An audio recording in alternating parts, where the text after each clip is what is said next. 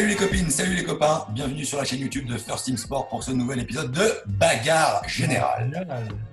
Heureusement pour vous, comme d'habitude, je ne suis pas tout seul. Aujourd'hui avec nous Loïc, le monstre Anguille, ceinture noire de JJB, pratiquant de MMA, fan du Glory, chanteur du groupe de rock Tchernobyl et dresseur de chiens. Bonjour Loïc, comment vas-tu? Bah écoute, très bien, et toi? Et comment va la bête? Bah, la bête va bien, elle s'est un peu fait croquer par un labrador il y a quelques jours, donc il a une collerette, mais bon, C'est le métier qui rentre. le métier qui rentre. Vous êtes bon rétablissement. On rappelle son prénom? Pirate. Pirate. Ah ouais. Christian est là aussi, spécialiste du noble art, la vraie patte de Paname, journaliste sportif chez RMC Sport et Canal+, entre autres, consultant déco et auteur du désormais best-seller « Je vis sur fond blanc, mais je ne suis pas un packshot ». Je suis pas un PNG. Bonjour. À chaque Bonjour, édition, Christian. à chaque édition, c'est de pire en pire ta présentation. J'essaye de faire de pire en pire. Inspiration Laurent Ruquier. C'est Il ça. va falloir commencer à me respecter, monsieur Adrien. On te respecte, on est très content que tu sois là, comment tu vas? Ça va, et vous? En plus, j'ai l'impression que tu donnes des idées déco un petit peu à Loïc. On en parlera. Et pour finir la présentation, il est retourné au pays des caribous, mais va bientôt rentrer. Le teigneux mais sérieux Eric, ancien pratiquant MMA, préparateur mental de champion, créateur du podcast audio Fréquence MMA disponible sur Apple Podcast, Spotify, Deezer et toutes les autres plateformes, et ancien champion du monde de contre-jour. Bonjour Eric, avec cette nouvelle installation intérieure nuit, j'aime bien. Oui, 2h du matin, donc là, on est mieux. On va pas avoir le jour qui se lève. Propre, Et puis, propre. propre. On voit la médaille. Et attends, pour Teigneux, mais quand même, j'ai mis quelque chose pour Christian aujourd'hui, parce que la dernière fois, c'est vrai que je me suis un petit peu énervé, un petit peu emporté. Aujourd'hui, Voilà. Ah, ça fait plaisir. On va savoir que Christian et moi, nous sommes raccords. Ah oui. ouais, c'est vrai. C'est vrai. L'esprit chauvin avec Loïc, merci Voilà, de rajouter cette petite touche bleu-blanc. Deux grosses parties aujourd'hui, une partie comme d'habitude, MMA, et ensuite une partie boxe, le crochet boxe. Pour le MMA, l'UFC 250, quelques moments choisis. Et puis l'annonce de la retraite de Conor McGregor, info ou intox, nous allons revenir là-dessus. Dans la boxe, évidemment, les news et quelques questions de nos viewers qui te sont destinées, Christian, auxquelles il faudra que tu répondes. Sans problème. Avant de commencer, je vous rappelle les règles. Protégez-vous tout le temps. Je veux des débats propres, des interventions clean, surtout de la discipline. Si vous parlez en même temps ou si vous vous coupez trop la parole, c'est 10 ponts et c'est non négociable. Si vous êtes prêts, on peut toucher les gants. Bon, alors de loin, parce que c'est vrai qu'avec le Distanciation sociale. ordre sanitaire, toucher les gants, c'est particulier. Mais c'est parti. L'UFC 250 à huis clos à Las Vegas. Masque pour tout le monde, sauf Dana White, parce qu'il faut quand même garder sa petite touch. Une main card qui commence sur les chapeaux de roue avec Sean O'Malley en coque qui pulvérise Eddie Wineland en moins de 2 minutes. Première pair for the night de la main card. Deuxième de l'événement, il y en avait une en prélim. Qu'est-ce que vous avez pensé de ce combat? Je vais poser la question d'abord à Eric pour changer un petit peu les choses. écoute, j'étais très impatient de voir ce deuxième combat de Sean O'Malley après celui de Quiñones en mars, parce que on le rappelle, c'était son retour après 2 ans off et les problèmes USADA. En effet, comme tu l'as dit, de la pulvériser. La manière, on le sait, c'est un très gros striker, mais faire ça à Eddie Wineland, qui est vraiment un baroudeur, c'est un ancien contender pour le titre des coqs, lui coller un walk-off KO de cette manière-là. Et si on peut revenir une petite seconde sur la façon dont il le prépare, c'était juste avant l'enchaînement, quelques secondes avant, il lui cale un middle qui touche très fort. Et derrière, on voit Wineland qui descend le bras, tu vois, le coude pour protéger le corps. Et derrière, O'Malley va chercher une chose, c'est la tête. Et on va le voir qui va partir sur petite feinte d'uppercut nonchalante. Derrière, feinte de jab. Et il enquille en rechargeant la droite qui part en pleine ligne. C'était juste monstrueux. Franchement, je pense qu'en plus, Wineland, il n'a pas trop vu ça venir, dans le sens où il y avait ce mélange de nonchalance et derrière, l'autre, il le fracasse. Il m'a bluffé. Et ce qui m'a bluffé aussi, c'est sa réaction derrière, c'est-à-dire calme olympien. Genre, c'est juste un step de plus. Il sait où il va, le gamin. On l'a vu vraiment pendant Quiñones. Après Quiñones, il avait dit, voilà, moi, j'ai bossé comme un malade pendant 2 piges. Je sais où je vais. D'ailleurs, il va falloir qu'on renégocie mon contrat, etc. cette fois-ci. On va en reparler. On va en reparler justement de tout ça. Il m'a, voilà, on savait que c'était quelqu'un qui avait beaucoup de talent. Il confirme, il y a beaucoup de sérieux, il y a beaucoup de travail. Et puis il a tout pour être, on le sait, pour être une star dans la cage et en dehors. Donc c'est une Absolument. très très grosse performance. Christian, tu as l'air d'accord, ça m'inquiète. Bah justement, moi, sur ce dernier point-là que je veux insister, au-delà de toutes les capacités techniques du gars qui sont évidentes, le mec, il a tout pour être une star, quoi. Il a le physique pour être une star, l'attitude. Justement, Eric, tu disais, il a été calme juste après la fin de la rencontre. Un peu d'exubérance, ça aurait peut-être ajouté un peu plus de, entre guillemets, de jus à sa perf. C'est-à-dire, faire un peu le show, ça aurait été un peu sympa. Après, à l'Apex, sans public et tout, c'est un peu difficile. Voilà. Mais non, il a tout. Il a l'attitude, il a une histoire. Il a une histoire à raconter. Et ça, c'est hyper important, surtout à l'UFC. Une sorte de rédemption. Et Eric le disait aussi, c'est un gamin, il est jeune, il a quoi, il a 25, 26 ans max. 25, 25 quoi. Voilà. Il avait 8 ans la première fois que Eddie Wineland a combattu à l'UFC. Voilà, tu vois, ça c'est quelque chose d'assez extraordinaire. Comment les choses sont posées.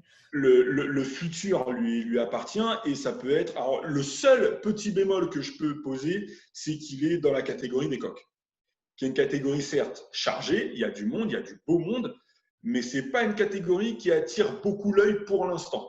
Ouais, mais lui, il peut être celui qui peut faire que la catégorie. Il peut être celui qui peut faire que les gens vont regarder la catégorie des coqs, surtout quand on voit ce qui se passe un peu au-dessus, où c'est un peu difficile de faire des fights en ce moment, on y reviendra plus tard.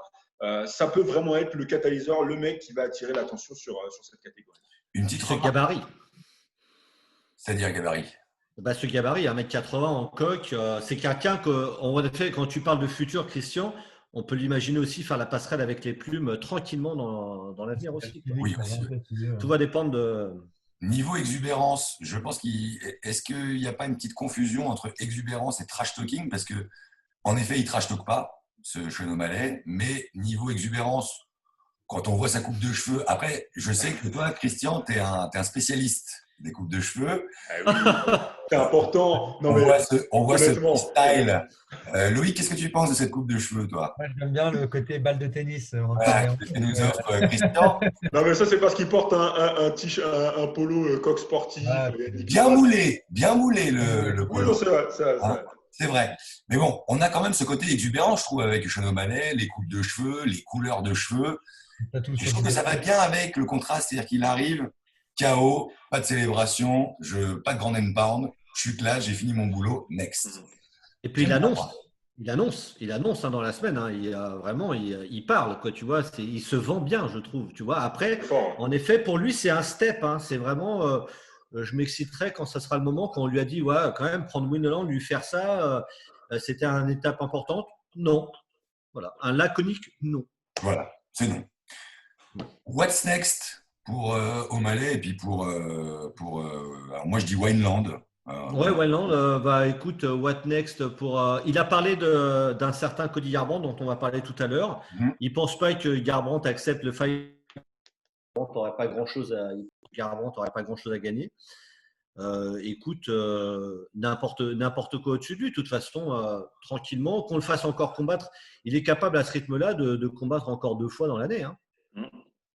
Moi, je pense qu'il a un peu le profil pour attirer un public un peu plus jeune aussi. Il a le look, la culture très Gen Z actuelle de tous ces rappeurs qui se tatouent le visage, couleur multicolore, comme Tekashi 69 ou ce genre de trucs. Ça peut être pas mal d'amener un public peut-être un peu plus justement du sang neuf dans le public UFC. On en parlera sûrement après encore. Mais, ouais, je pense que l'UFC compte beaucoup sur lui pour Wineland. Qu'est-ce qu'on peut dire? Bon, écoute, il est plutôt en fin de parcours. Après, il va pas être cuté pour ça et tout. Je te dis franchement, lui faire ça, très sincèrement, moi, ça m'a bluffé, quoi. Alors, ce qui est très marrant, c'est le style un peu plus moderne d'O'Malley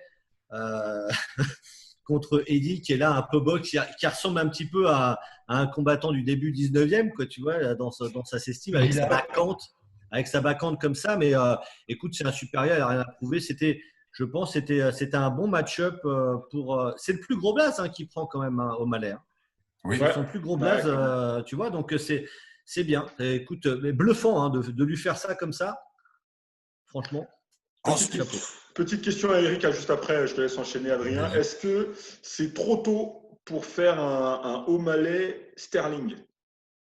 Ah ben non, ça oui, ça c'est trop tôt. Et puis Sterling, il va en toucher un petit mot à Adrien. Sterling, maintenant, c'est programmé pour le vainqueur de Yann Aldo.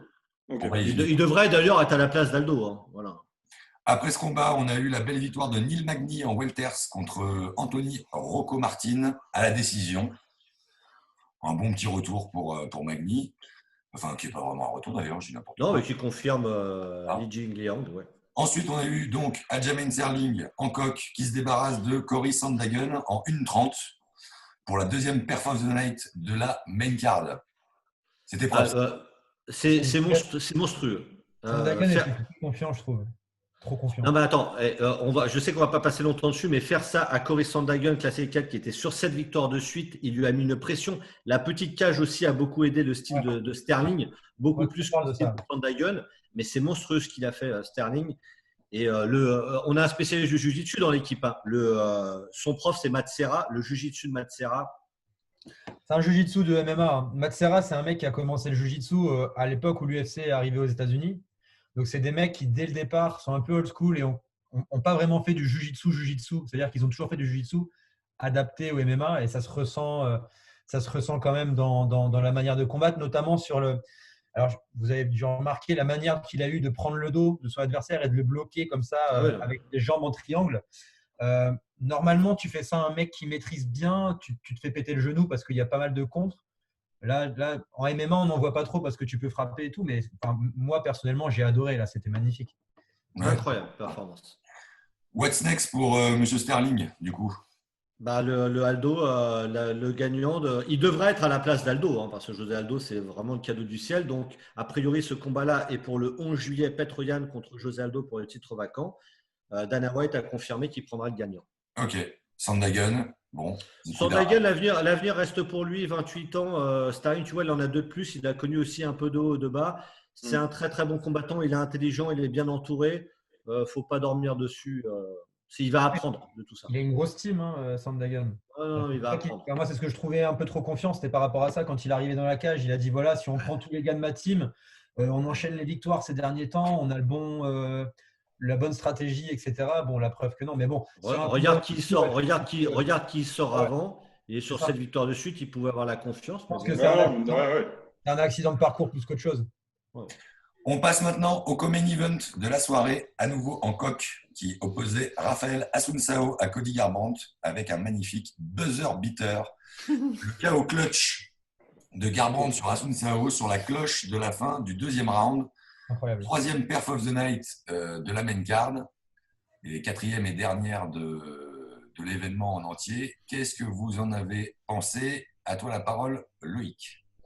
Alors, moi, je vais un peu à contre-courant en règle générale parce que c'est vrai qu'il n'y a pas grand monde qui aime bien Cody Garbrandt et moi, je l'aime beaucoup depuis toujours et même depuis, c'est vrai qu'il était resté sur 2 défaites, dont une un peu amère. Il me semble que c'est 3. 3 défaites, pardon. Dont celle contre Dillashaw, un peu amère puisque Dillashaw s'est fait choper derrière pour dopage. Donc, évidemment, tu as toujours le doute de est-ce que, bon, voilà. Moi, j'ai été impressionné par le style de Garbrandt. Alors déjà, il s'est vachement remis en question. Il savait qu'il combattait un Brésilien, donc il s'est vachement entraîné en Jiu-Jitsu avec Almeida, avec les frères Almeida, qui sont des pointures dans le monde du Jiu-Jitsu.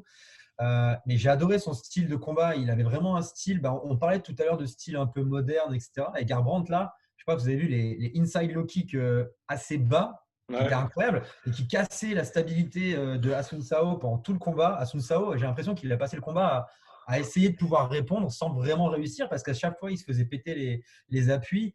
Et c'est vrai que quand on regarde les stats, bon, c'est un peu plus équilibré que certains autres combats de l'UFC, mais je trouve que Garbrandt a quand même bien mené sa barque. C'était un beau combat. Alors, ce chaos sur le buzz, parce que là, il n'y a aucun doute, c'est vraiment une seconde. Oui, c'est avant. Avant le buzz, donc c'est même pas ah putain, ça a buzzé, il a frappé. Non, il frappe, ça buzz. c'est incroyable parce qu'en plus, c'est un KO net et précis. Il y a même Voilà, pas. c'est un vrai KO, c'est pas un knockdown. Il n'arrive même pas à s'asseoir sur sa chaise, Asun Sao, quoi. C'est peut pas être incroyable. sauvé par le gong. J'ai eu l'impression quand même vraiment de la confirmation d'un nouveau Cody Garbrandt. Je crois qu'il y a eu des changements Une renaissance. Dans le camp et dans le corner. Est-ce que tu veux nous en parler, Eric? Oui, bah c'est tout simplement la belle rencontre avec Mark Henry, quoi, le coach de striking, quoi. Donc ils ont commencé à bosser, je crois, en octobre ou en novembre. C'est un Garbrandt 2.0, quoi. On avait un Garbrandt qui savait avoir un QI fight, il avait montré à l'époque contre Cruz. Et après, on a eu un Garbrandt qui a perdu le titre et beaucoup combattu à l'émotion, dans la bagarre, je rentre dans la baston, je frappe à l'aveugle. Je trash talk beaucoup pendant le combat. Oui, et puis j'oublie mon QI fight, je fais un peu n'importe quoi. Dès que je suis touché, je rentre dedans. Le menton qui disparaît. Là, en effet, je rejoins Loïc, il a été extrêmement patient, il a été méticuleux, il s'était posé sur un game plan. Attention, pourtant, c'est paradoxalement, visuellement, il semble plus fort. C'est Asun Sao qui touche plus avant le KO, hein, mine de rien. Quand même, quand on prend toutes les stags, on regarde le combat, il a plus de volume, mais c'est lui qui donne la meilleure sensation. Et là, je trouve que c'est extrêmement intéressant. Certains pourraient penser que le KO à la fin, finalement, c'est pas un lucky punch, mais il reste d'une seconde, il envoie une grosse patate. Non. Fin du round 1, souvenez-vous, il est déjà contre la cage, il a les mains basses et il fait un peu des esquives comme quand il avait fait contre Cruz. Asun Sao rentre dedans et tout ça. Et se passe la même situation fin du round 2. Il est dos à la cage.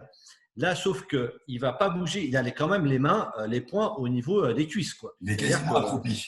Ah mais oui, et après, en fait, il sait qu'Asun Sao va rentrer. Et Asun Sao fait 2 petits pas. Lui se baisse et comme tu le dis, limite, il s'accroupit. Sauf qu'il a l'œil, et Cormier d'expliquer très bien qu'il ne lâche pas la tête d'Asun Sao.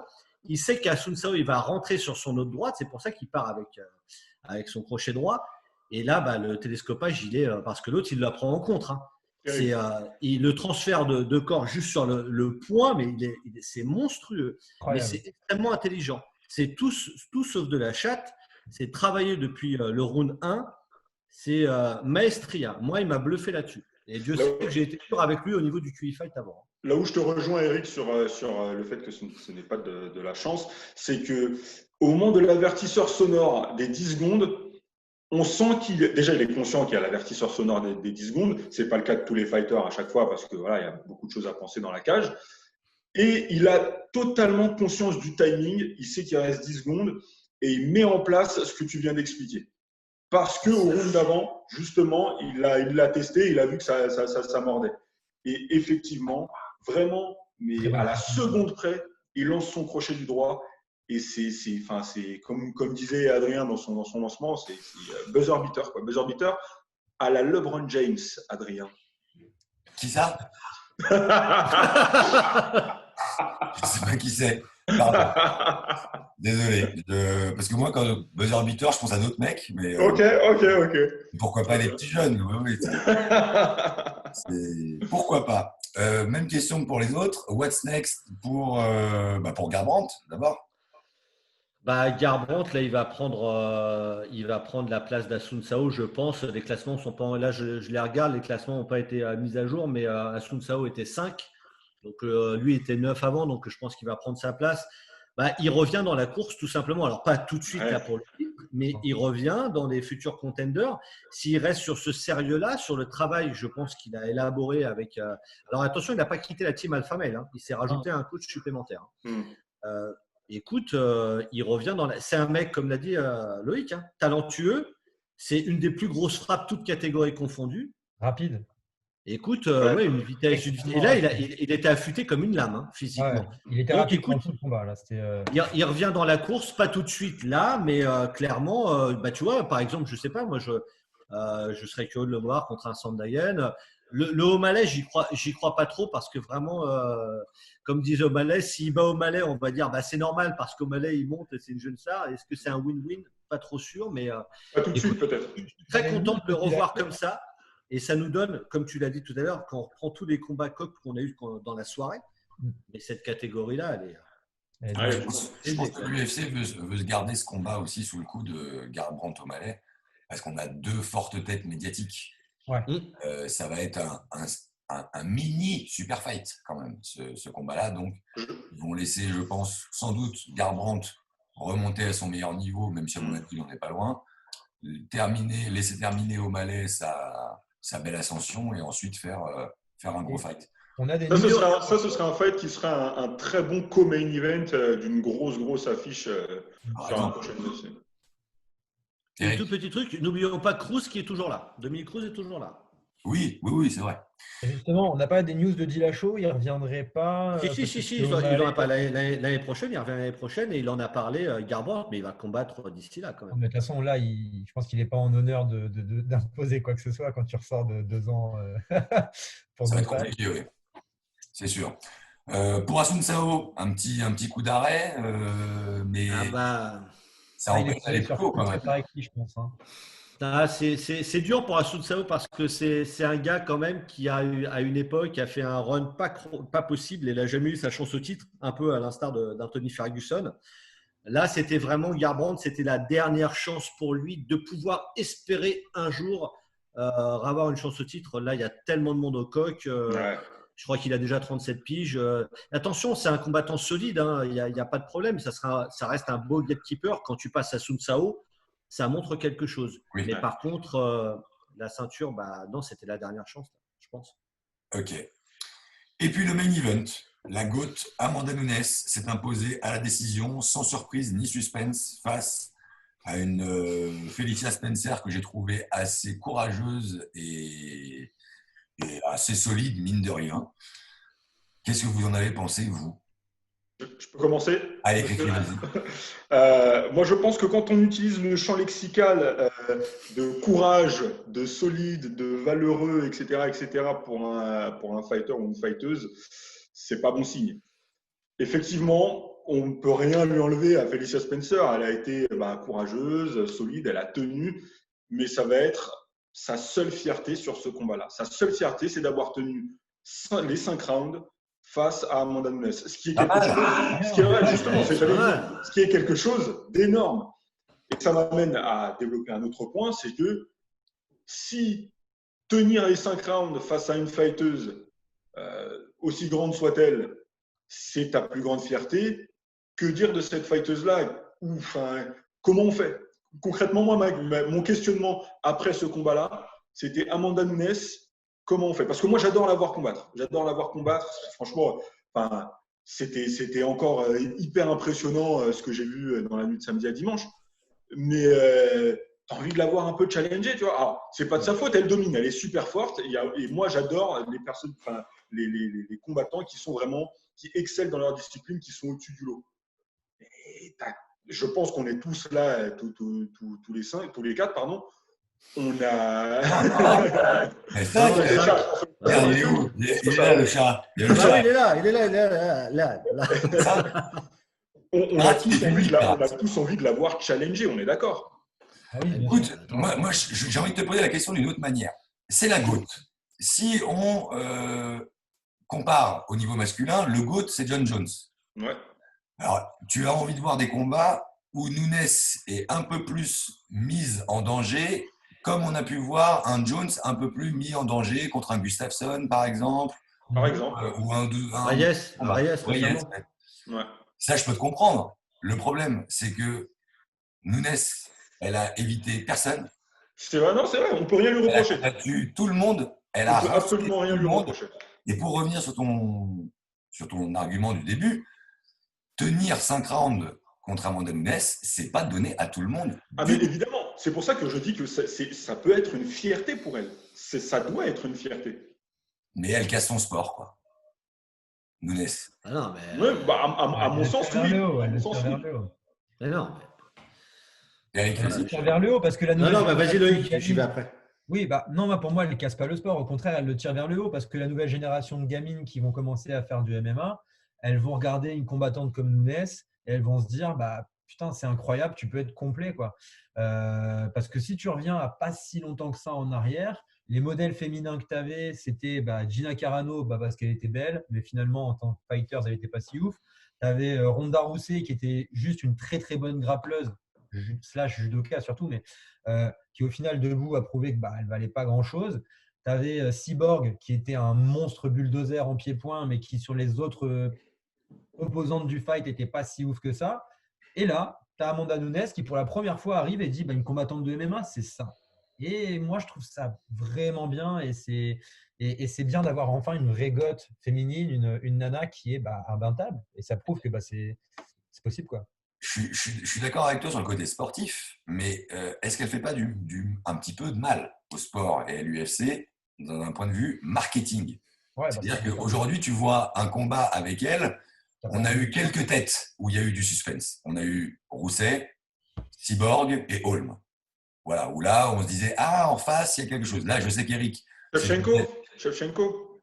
Aussi. Oui, sportivement, c'est Shevchenko. Le reste… Mais là, de voir Nunes main event, est-ce que tu te dis pas, déjà, malheureusement, ce sont les femmes, ça vend un peu moins. Et en plus, tu sais que là, tu as un monstre. Ouais. Et qu'en face, ça va être compliqué de trouver, alors à part Shevchenko peut-être, mais c'est pas les mêmes catés. Enfin, faut un peu au niveau. Faut qu'elle remonte, ouais. Ça devient un peu compliqué, quoi. Et est-ce que pour elle, on n'a pas envie de se dire, bon, retire-toi, tu as masterisé le sport. Mais le truc, c'est que moi, j'ai pas envie de la voir se retirer. C'est ça le pire. C'est que moi, j'ai envie de la voir combattre. C'est exceptionnel à chaque fois qu'elle combat. Mais tu te dis, c'est des belles démonstrations, etc. Mais tu as envie quand même de la voir challenger. Eric, développe un peu. Je sens que tu es chaud. Diplomatie. La diplomatie, non, tout à fait. Non, mais c'est vrai. Pour revenir sur l'aspect du fait que ce que disait Loïc, c'est on est quand même témoin d'une partie d'histoire. Tu as une fighteuse, regarde ce qu'elle fait dans le combat, en striking, en contrôle au sol, en takedown defense. Parce que vraiment, le seul petit truc avec le gabarit de Spencer, où moi je me disais avant le combat, tiens, je me mets un peu de sel. Je me dis si elle la coince en clinch, et quand ça arrive, mais même là, elle est monstrueuse physiquement. La première patate que donne Nunes, la première overhand, t'as Spencer, elle se dit bon la soirée elle va être terrible. Ça va être long. Et oui, et en post-conférence, Nunes déclare quand j'ai pris le premier coup de Spencer, je me suis dit elle ne pourra jamais me mettre KO. Déjà, tu vois, mais ce qui me fait halluciner, c'est quand même elle fait yo-yo entre deux catégories. Il faut savoir qu'elle marque l'histoire là, et ça c'est jouissif à voir. C'est la première champ à défendre deux ceintures. Oui, dans l'histoire de l'UFC. Elle arrive avec le poids à être aussi forte en coque qu'en plume. Le cardio, je pense qu'elle aurait pu faire 10 rounds. On est d'accord, c'est pareil. D'accord. La technique, elle continue de progresser. Le QI fight, elle respecte un game plan. Et regarde le truc, c'est là où moi, j'ai kiffé vraiment de voir ça et je peux encore la revoir parce que je crois que c'est à partir du 3e où elle commence vraiment à combattre avec un sourire en coin. Ouais. Mais ça, c'est… je fais juste un mais elle n'est pas en mode je charrie. Elle est en train de jubiler parce qu'elle est dans son prime absolu. Elle sait que elle kiffe. Tout ce qu'elle demande à son cerveau, tout s'applique avec le corps, tout répond. Physiquement, elle est parfaite. C'est la combattante ultime. Elle est en train de prendre son pied. Elle nous fait prendre le pied à la voir combattre comme ça. Écoute, oui, je peux comprendre ce que vous dites. Il n'y a pas. Ouais, non, il n'y a pas. Il n'y a ni en 135. On peut parler de Shevchenko. C'est Dana White a balayé. Et puis, il y a 2-0. Même s'il y a des gens, on aurait pu dire, sur la split, elle a perdu. D'accord, mais il y a quand même 2-0. Donc, la trilogie, la saveur, elle est moyenne. Pas grand intérêt. 145, il n'y a personne. Il n'y a même pas un top 15 en 145. Voilà, qu'elle continue, qu'elle aille chercher les records de défense de titre. Personne dans la catégorie encore en dessous qui pourrait potentiellement monter. Je connais pas. Non. Le gap physiquement, il serait très très très difficile à combler. Non, mais je pense. Pourquoi est-ce que je dis ça? Parce que je pensais par exemple à une fighteuse comme Mackenzie Dern qui rate systématiquement ses pesées. Non. Alors, elle n'a pas le niveau. Elle n'a pas le niveau, c'est évident. Mais par contre, il y a un truc qu'on peut pas retirer à Mackenzie Dern, c'est que c'est le meilleur Jiu-Jitsu 4 de l'UFC. Peut-être que ça pourrait être le talon d'Achille de Nunes. Moi, tu vois, je me disais ça avec Spencer, qui a quand même un sol vraiment pas dégueu et qui est très forte quand elle colle en lutte avec son gabarit, mais elle l'a bouffé. Elle l'a bouffé. Et franchement, moi, là, à ce moment-là, j'étais choqué. Et j'étais choqué. Comme on se parlait de Spencer, avant que j'oublie, carton rouge à son coin. La laisser repartir dans le 5e, ça sert à rien. C'est terrible. Le combat, il est fini. Immense et tout. Mais non, mais le combat, il est terminé. Il n'y aura pas de miracle. Et bravo à Amanda Nunes d'être passée en mode grappling dans la 5e pour pas lui arranger encore plus la gueule. Oui, de pas la finir. Grande classe. Ouais, Grande classe. Elle a fini dans un état là. Pour revenir sur Mackenzie Dern, je pense que tu n'as pas envie de les voir face à face, les deux, parce que c'est deux morceaux vraiment différents. Hein. Amanda Nunes, elle fait vraiment peur. Ouais. Là, je balançais ça un peu en mode. Elle est grande, elle est costaud. Le seul truc sur lequel on peut revenir éventuellement, c'est de se dire que les catégories féminines à l'UFC depuis quelques mois, là, on a quand même du lourd. On a 3 fighteuses monstrueuses. Amanda Nunes, Valentina Shevchenko et Zhang Weili. On a 3 pépites monstrueuses. C'est clair. Ouais, on sait. Tu pourrais même faire un bordel chez les mecs si tu les mettais dans des catégories. Non, mais je veux dire, elles sont complètes, quoi. Moi, quand je regarde Nunes combattre, je la trouve techniquement meilleure que beaucoup de mecs. Hein. Ah oui, non, mais. Mais que techniquement ce soit beaucoup plus propre et beaucoup plus appliqué, ça je suis totalement d'accord. Après. Mais le physique, évidemment, c'est pas. Voilà. Très sincèrement. Jouer J.K. Rowling et remettre en cause. Non, bien sûr, mais je pense que son overhand, certains mecs qui la prennent, elle pique. Ah oui, je pense. Mais je pense que moi je la prends, ça peut être compliqué le lendemain matin. Ouais, même des pros, hein. même des pros, hein. Pas des mecs qui sont à son poids, mais même des pros. Hein. Elle frappe très très lourd. Hein. C'est un camion, mais technique. Hein. Toujours très propre. Il y a une adversaire pour elle, c'est elle en fait, hein, parce que franchement, tant qu'elle va se préparer de la sorte, moi ce que j'aime bien, c'est qu'elle respecte l'opposition à chaque fois. Toujours. Elle prend pas de haut. C'est incroyable. Parce que justement, pas de haut. Je tenais à revenir là-dessus, c'est que quand tu es au plus haut, quand tu es la meilleure et que tu as une série de victoires qui montent, plus tu gagnes, plus tu te rapproches éventuellement de la fin. C'est ce qui se dit à chaque fois. Et elle, il n'y a pas une once d'erreur, il n'y a pas une once d'inexactitude. C'est toujours propre, c'est toujours parfait. Alors qu'elle pourrait se laisser un petit peu aller au fil du temps et tout. Rien du tout. Et c'est ça qui est admirable et c'est pour ça que j'ai envie de continuer de la voir aussi longtemps qu'elle veut. Elle peut continuer jusqu'à, je sais pas, 40 ans si elle veut, à fighter. Et moi, j'aimerais toujours la voir. Après, il y a toujours ce petit truc de… En fait, ce qui me dérange le plus, voilà, je vais après je vous laisse. Vas-y. C'est le chat Adrien qui c'est qu'en gros, même parmi les jeunes, et je ne regarde pas assez les autres fédérations pour être renseigné là-dessus, mais on n'a pas le sentiment qu'il y a une petite jeune, une espoir qui pourrait un jour, quand je dis un jour, c'est d'ici 2 ans, peut-être maximum 3 ans, aller challenger. Pas battre, mais challenger. Donner une opposition vraiment où on se dit peut-être qu'il y a match, peut-être qu'elle va la mettre en difficulté. Et c'est ça qui me chagrine un petit peu. C'est compliqué. Et puis ça m'amène sur la question que j'allais vous poser, qui est une question un peu à la con, mais il va se passer quoi après pour Nunes? Alors on sait qu'il y a la maternité, il y a le bébé qui va arriver avec son amoureuse Nina Anzarov. Très belle image d'ailleurs de leur arrivée, main dans la main et tout, j'ai trouvé ça sympa. Dans 3 mois, Eric. Ouais, dans 3 mois. Dans 3 mois, ouais. Et puis la blessure à la jambe, qu'elle avait déjà des petits problèmes. Et puis là, avec pareil, le travail en low kick qu'elle fait, elle a dit qu'elle a besoin de temps. Donc, a priori, on ne la reverra pas en 2020, en tout cas. Bien sûr de la voir tout de suite. Ok. Non, l'année prochaine, a priori. Et pour Spencer, ça ne change pas grand-chose quand tu te fais battre par la goutte. T'as rien tu sais que tant qu'Amanda Nunes voudra être active, il y a de la place que pour être second. C'est tout. C'est ça. Bon. On a fait le tour, je pense, sur cet UFC. Un UFC qui a été un petit peu compliqué, une fois de plus, à regarder en France. Donc, on le sait, RMC n'a pas diffusé la main card comme ça avait pu être leur habitude pendant les derniers mois, les dernières années. Ça fait déjà quelques événements où il n'y a pas.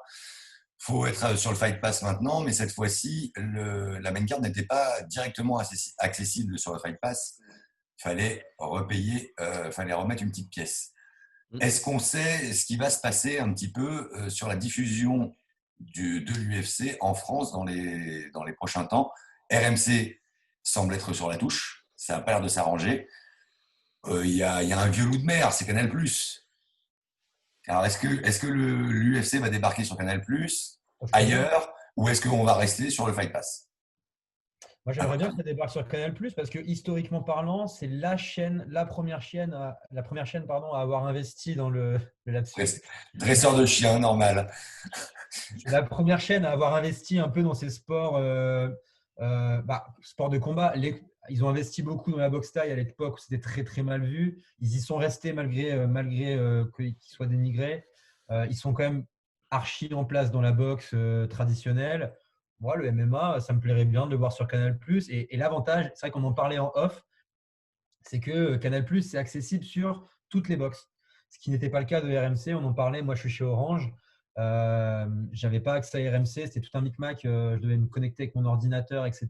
Et c'est vrai que bon, c'était un peu compliqué. Mais Ça ne fait pas pour Canal+, le coût de l'abonnement. S'il y a des gens qui veulent s'abonner à Canal+, juste pour l'UFC, ça va faire un peu cher. Est-ce que finalement, le Fight Pass ne serait pas la meilleure des solutions? Ah oui, c'est clairement. C'est combien l'abonnement chez Canal à peu près d'une fourchette? Une trentaine d'euros, je crois, non? On est pas loin de 30. Après, ça dépend des bouquets que tu prends, mais ça peut vite dépasser 30. Si tu dois l'additionner à Being ou d'autres trucs pour avoir le foot, effectivement, ça commence à… Genre pour le foot, maintenant, il va falloir la chaîne Téléfoot, le filiale de TF1 pour regarder 30% de la Ligue 1.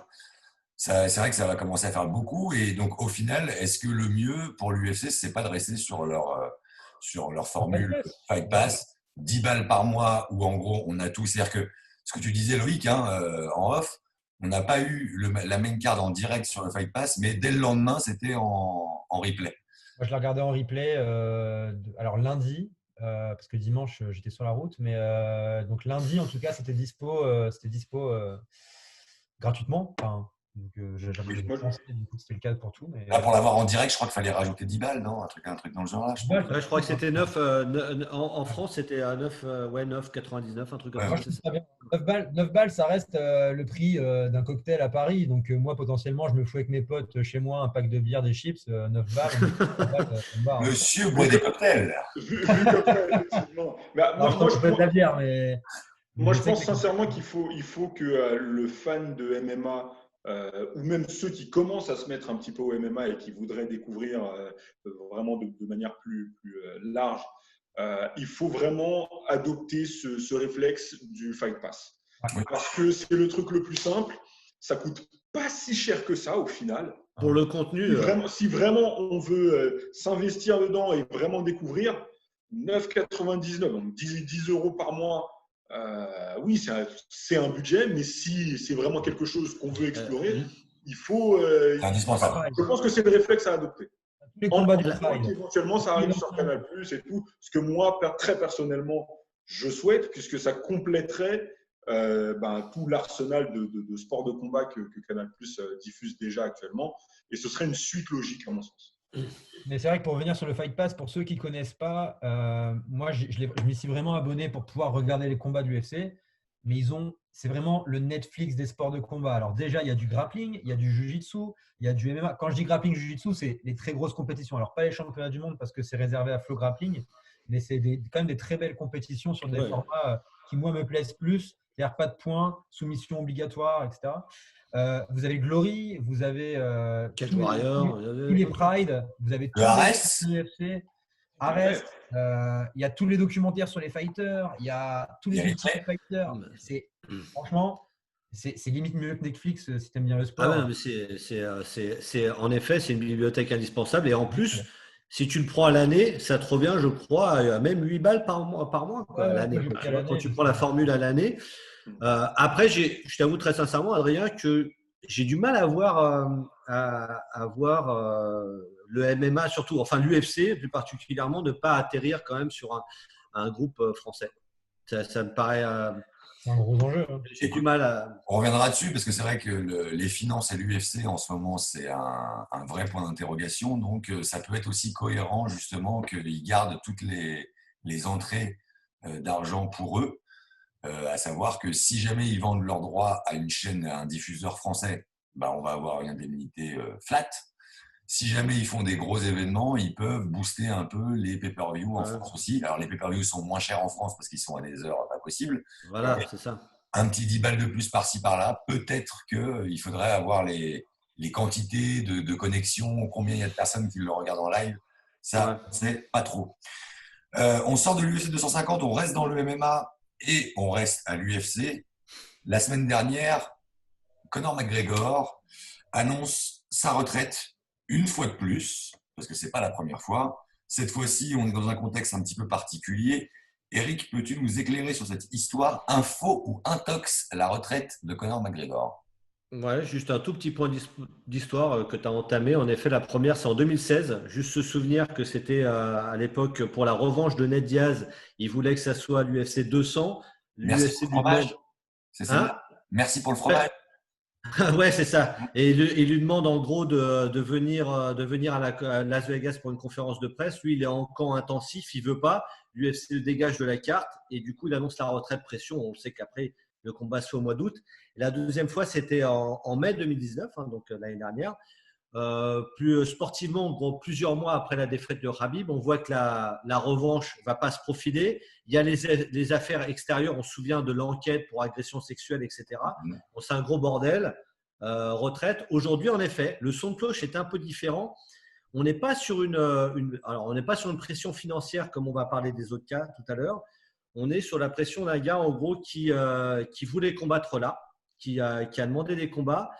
L'UFC, en gros, a bombé le torse et lui a dit non, ça ne va pas se passer comme ça. Et puis, en gros, l'UFC a envie de le garder pour le Nurmagomedov-Gaethje, prendre le vainqueur. Lui, il veut combattre cet été. Il faut savoir qu'à la base, il devait combattre Justin Gaethje. Sans la pandémie de coronavirus, il devait combattre Justin Gaethje au mois de juillet. Ça ne s'est pas fait, bien entendu. Gaethje a pris on a vu ce qu'il a fait et puis maintenant, c'est contre Nurmagomedov. Ensuite, il y a Ousmane qui lui a fait un call en mode tu veux ta chance au titre Walter. L'UFC a mis des plats dedans, on dit tout le monde sauf McGregor. Et après, on a eu il n'y a pas si longtemps, là je crois il y a même pas 10 jours, Anderson Silva qui propose un catchweight à 176 où Conor dit moi je suis partant et l'UFC dit même pas en rêve. Donc du coup, le mec se retrouve en fait, on parle même pas de Diaz où il y a aussi des problèmes parce que Diaz veut plus de thunes et tout ça, donc il va commencer à rentrer dans la danse à mon avis au niveau des plaintes lui aussi. Du coup, en gros, il est frustré. Il a envie de combattre et puis il se dit en gros le Gaethje Nurmagomedov c'est en septembre, ça voudrait dire que je ne combats pas avant décembre. Je ne sais même pas comment ça va se passer en septembre, donc coup de pression. Je ne crois pas à la vraie retraite, il n'a pas envie de partir et puis il a un contrat, mais en gros voilà, coup de pression. Moi de toute façon j'ai de la thune, je m'arrache quoi. Et puis là c'est pas pour la thune, le contrat, ce qu'il a pris contre Cerrone, c'est aux environs des 30 millions. Donc, lui, il n'est pas sur le même dos que les autres. Ouais. C'est un autre délire. Là, il sent… en plus, il l'a dit, l'UFC, vous vous dressez contre moi, vous voulez montrer que vous avez du pouvoir et tout ça. Si c'est comme ça, en gros, je me cache, je vais acheter une maison pour ma mère, je vais profiter de ma famille. Et on a vu la réaction, avant de laisser la parole aux camarades, de l'UFC, et notamment Dana White, en gros, qui avait déjà dit, nous, on lui conseille d'attendre. Et après, de dire, écoute, en gros, tu n'es pas content, tu te mets de côté. Merci pour tout ce que tu as fait, etc. Voilà quoi. Donc, on sent vraiment une guéguerre entre les deux. Après, non, la vraie retraite, le jour où je vois Conor McGregor sortir du pool USADA, je te dirais OK, mais là, on n'en est pas là. Oui. Alors justement, dans le roster de l'UFC, on a pas mal de champions. Alors, les autres champions ou les autres futurs ou potentiels champions, eux n'annoncent pas leur retraite, mais parlent de retraite parce qu'en gros, c'est l'UFC qui leur impose un choix. C'est soit tu acceptes les contrats et les fights qu'on te propose, soit tu arrêtes de combattre. Parce qu'on le rappelle, ils sont sous contrat, ils peuvent pas aller combattre ailleurs. Ils veulent pas relâcher les fighters. En gros, on n'a pas envie qu'un McGregor, qu'un Jones, qu'un Masvidal se retrouve au Bellator ou au One ou ailleurs. Donc, en effet, on se retrouve dans un imbroglio en ce moment, avec donc Cerudo. On peut imaginer, même si ça n'a pas été annoncé comme ça, qu'il est parti parce qu'il ne gagnait pas suffisamment bien sa vie en fonction de son niveau. C'est du catch maintenant. C'est le plus soft de tous. Lui, ça a été le plus soft. En effet, à demi-mot, on a bien compris que c'était pour l'argent, mais il a quand même remercié l'UFC, etc. Et puis là, il a dit en gros… si Volkanovski, ça peut signer, moi je reviens. Voilà. Jones, dans le contexte d'un potentiel combat contre Ngannou, s'embrouille avec l'UFC qui lui fait une proposition qu'il estime comme vraiment très en dessous de ce que ça mérite. Masvidal entre dans la danse aussi, où en gros, lui, ça fait un petit moment qu'il dit faut mettre les billets. Faut mettre les billets et puis on combattra, etc. Bon, visiblement, les billets n'arrivent pas. En tout cas, pas à la hauteur de ce qu'il attend. Donc, il parle aussi potentiellement d'arrêter parce que il n'a pas envie de se laisser marcher dessus. On connaît les caractères des mecs. Et c'est vrai qu'on a l'UFC, par la voix de Dana White, qui est en train de dire personne n'est au-dessus de l'institution UFC. En gros. C'est soit vous prenez ce qu'on vous donne, soit au revoir. Entre guillemets, on n'a pas besoin de vous. Est-ce que c'est crédible d'imaginer et de se dire que l'UFC n'a pas besoin de Conor McGregor, d'Henry Cejudo, de John Jones, de Jorge Masvidal, et puis on peut aussi parler de Demetrius Johnson qui s'était barré aussi parce qu'il en avait un peu marre d'être pas suffisamment marketé, d'être pas suffisamment bien payé. Qu'est-ce que vous pensez de tout ça, messieurs? Un petit bémol sur Demetrius Johnson, en effet, il n'était pas bien marketé. Il a eu un meilleur contrat au One, mais après, il y a eu l'affaire de trade avec Ben Askren, quoi, donc d'échange et tout ça. Mais en effet, de toute façon, il n'était pas content. Ça, on est d'accord là-dessus. Après, avant de tomber là-dessus, est-ce qu'on peut juste dire par rapport à John Jones, en fait, et Masvidal, parce que c'est quand même deux approches qui sont un petit peu différentes. Est-ce que c'est possible de le faire un peu? Vas-y. Juste quand même avec John Jones, comme tu l'as dit par rapport à Ngannou, c'était par rapport à ce combat-là. Derrière, des chiffres sont avancés. On parle de Dana White va jusqu'à 30 millions en disant qu'il a demandé de l'argent de Wilder, etc. Lui dément, etc. Et dément, il met ça publiquement, mais il parle en son nom surtout. Il n'est pas comme Masvidal qui essaye de réunir un peu tous les fighters. Et le clash intervient avec un Dana White en mode moi, je ne suis pas menteur, toi, tu es menteur, etc. Donc, ça se bastonne là-dessus. Mais comme on a un expert de la boxe, et bien prouvé quand même que sur ce coup-là, John Jones, même s'il a fait beaucoup de conneries, oui, il n'est pas payé à la hauteur du champion qu'il est. Le maximum qu'il a gagné sur les expertises, qu'il a pu gagner entre 2012 et 2017 avec 8 main events de pay-per-view, c'est 32 millions de dollars. L'équivalent d'un combat Conor McGregor contre Donald Cerrone. Oui, ou alors si on compare au Wilder qui dit… L'équivalent de ce que Wilder a empoché là, lors de son dernier combat face à Tyson Fury. John Jones, un classement sous les yeux. John Jones, il est 7e au classement des fighters les mieux payés de l'UFC. Il est derrière des Bisping, il est derrière Anderson Silva. Il est évidemment et très étonnant, il est derrière Overeem. Que je trouve. Overeem a un très bon contrat, il prend 800 000 par combat. John Jones arrive à peu près à 5 millions par combat. Il est à 500 000 flat, voilà, garanti. Et après, avec les points pay-per-view, etc. Mais déjà, excuse-moi. Quel autre sport? Vas-y. Excuse-moi de te couper, Eric, mais John Jones à 500 000 flat par combat, c'est inadmissible. C'est inadmissible. Alors que il vend du pay-per-view. Dans quel autre sport, finalement, dans quelle autre ligue majeure, en fait, tu vois un gars, un GOAT, parce que Dana White, en plus, le pire, c'est qu'il dit c'est le GOAT, il n'y a pas de discussion, et être payé de la sorte. Alors, bien entendu, les gens vont dire ouais, mais attends, on parle de millions. Non, mais il faut voir ce qu'il rapporte à l'UFC. C'est toujours pareil. Moi, justement, j'ai une petite proposition et c'est ce que je voulais aborder avec vous, Eric et Loïc, même toi, Adrien, enfin tous, vous me dites ce que vous en pensez, vous me dites si c'est quelque chose de possible. L'UFC, je pense qu'on est d'accord pour dire que c'est une ligue majeure maintenant, au même titre que c'est la ligue majeure du MMA, et c'est une ligue maintenant au même titre que la NBA, la MLB, la NFL. C'est des ligues qui sont sur un format similaire. Avec un peu moins d'ancienneté, mais c'est du sérieux, en effet. Effectivement. Moi, je pense qu'il est grand temps, et je sais que c'est un serpent de mer depuis plusieurs années, que les fighters, même s'ils ont des ambitions différentes, des salaires différents et des négociations, toutes les négociations de combat sont différentes, je pense qu'il faut un syndicat des fighters fort, quelque chose avec à sa tête soit un ancien fighter, soit un fighter actuel. Moi, je vois très bien un Daniel Cormier aller parler avec Dana White et défendre les intérêts de manière globale des fighters. Pas sur les négociations des combats. Ça, les négociations, c'est chacun son combat, chacun sa négociation. Juste sur le pourcentage de ce que les fighters, dans leur globalité, reçoivent par rapport à ce que l'UFC fait sur leur dos.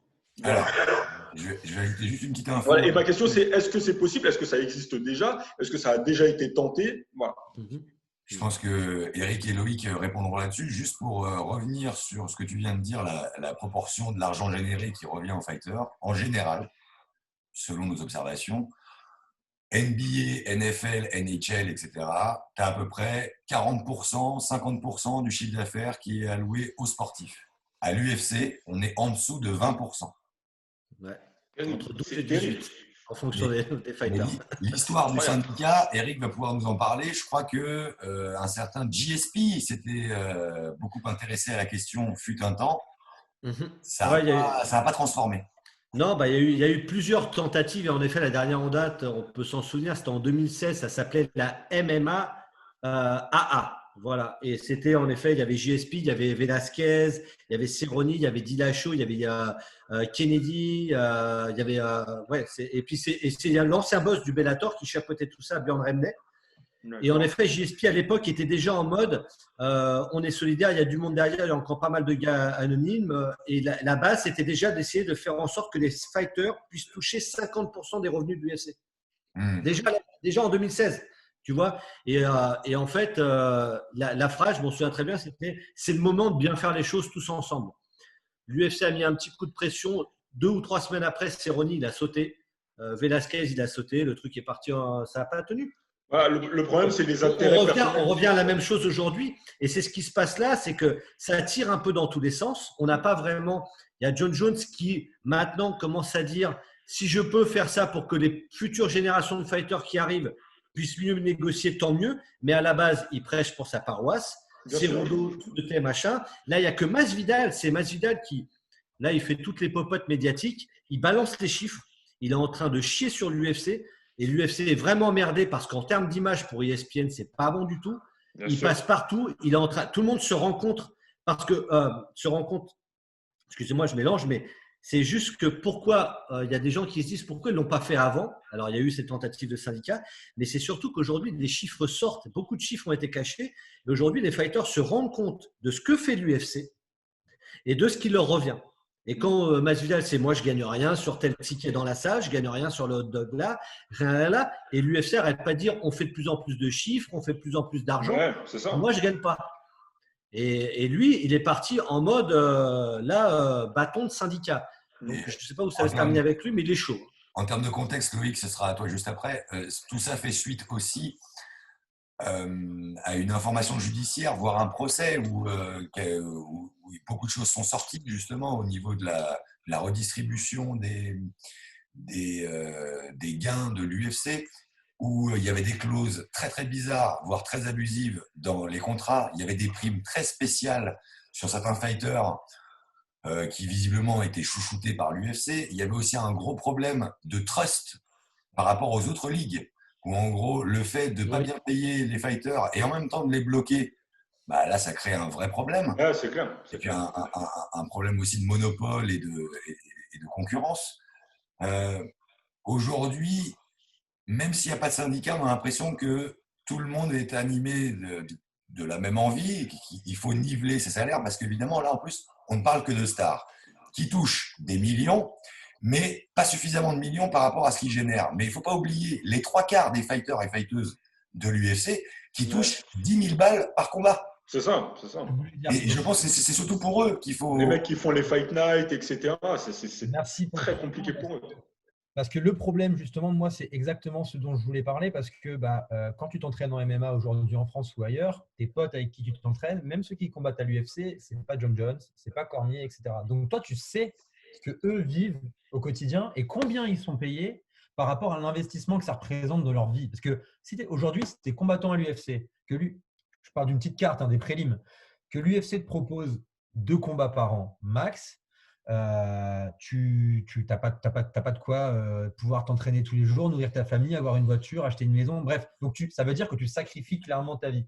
Surtout que, et c'est ça qui est très, très important, l'UFC, pour ceux qui s'en rappellent, il y a une dizaine d'années, quand tu étais fighter, tu avais une grosse partie de tes revenus, c'était quoi? C'était tes sponsors. C'est-à-dire que tu disais, je monte dans la cage, vous allez avoir une visibilité internationale parce que je vais porter du Venom, du Adidas, bref. Tu avais cette possibilité de négocier toi en interne tes propres sponsors. Ce qu'aujourd'hui l'UFC fait, et je ne sais même pas si concrètement c'est légal, c'est un peu de dire, en fait, on vous impose un sponsor.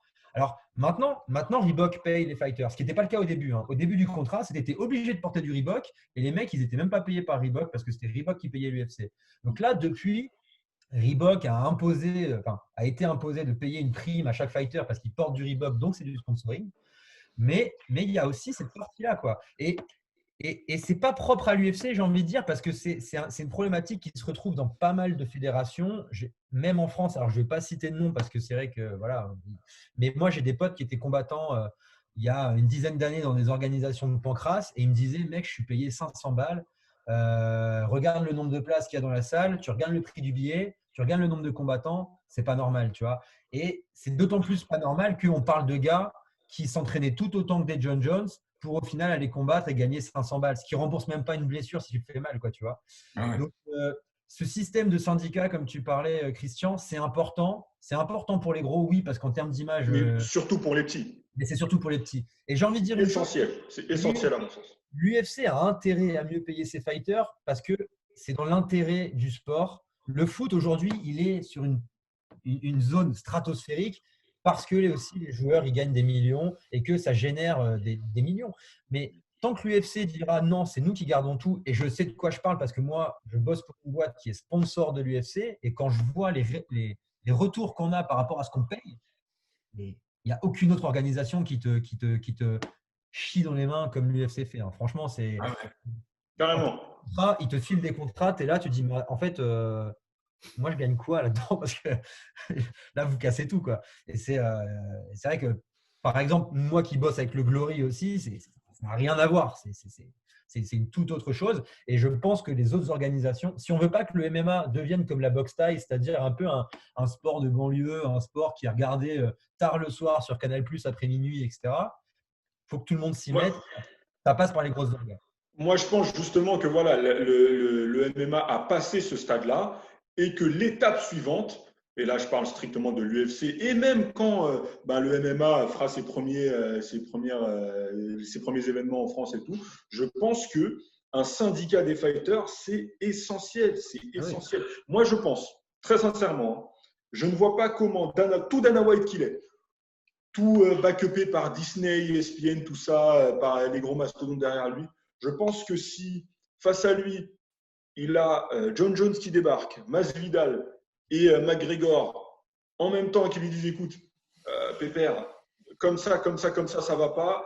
Ce que vous gagnez par rapport à ce que nous, on reçoit, et quand ils diront nous, ce serait pas nous en leur nom à eux trois, mais au nom de tous les fighters. En gros, les gars, il faut qu'on renégocie. Et c'est ce qui se passe en NFL, en NBA et dans toutes les autres grosses ligues aux États-Unis. À chaque fois qu'il y a une renégociation des droits TV, notamment. Parce que, très concrètement, ce qui rapporte le plus à l'UFC, aujourd'hui, c'est le contrat avec ESPN, on est d'accord? Ah oui, 750 millions. Donc, quand ils disent qu'ils vont faire que ça ne se fait pas de négocier pendant la pandémie, ils vont faire peut-être leur deuxième ou troisième meilleure année de l'histoire. Voilà. Et donc, à partir de là, la NBA l'a fait. Enfin, les joueurs NBA, alors que NBA, pareil, c'est un business. Les mecs ont tous des contrats mirobolants. Alors certes, c'est un sport d'équipe, c'est un petit peu différent, mais tous les basketteurs ont des intérêts différents. Les joueurs de baseball et les joueurs de football américain, pareil. Je pense que c'est possible, j'estime que c'est possible que les fighters aient du bon sens pour leur bien, qu'ils aillent voir, que les plus grosses têtes aillent voir Dana White et les gens qui dirigent l'UFC. Moi, je vois vraiment très bien Daniel Cormier. Je mets l'accent sur lui parce que j'estime qu'il est suffisamment proche, entre guillemets, de Dana White pour aller parler et entamer des négociations. Trop, à ton sens? Ah là, je le vois pas du tout. Il est très, très corporate UFC, Cormier. Ça a été le premier à saluer la reprise des combats qui nous semble être un peu trop tôt. Il veut surtout, à mon avis, privilégier sa place. Pour l'après. En gros, c'est le remplaçant de Joe Rogan. Ok, mais moi j'estime qu'il peut y avoir, je ne sais pas qui du coup, au-delà de Daniel Cormier. Personne. Ils ont peur. Ils ont peur et personne n'a le choix. Il faut qu'ils y aillent collectivement. Il faut qu'ils y aillent collectivement. S'ils y vont à plusieurs, je suis persuadé que c'est possible. En fait, Dana White et l'UFC ne peuvent pas se passer de ce qui est la matière première. Et quand je dis matière première, c'est pas péjoratif. C'est les fighters.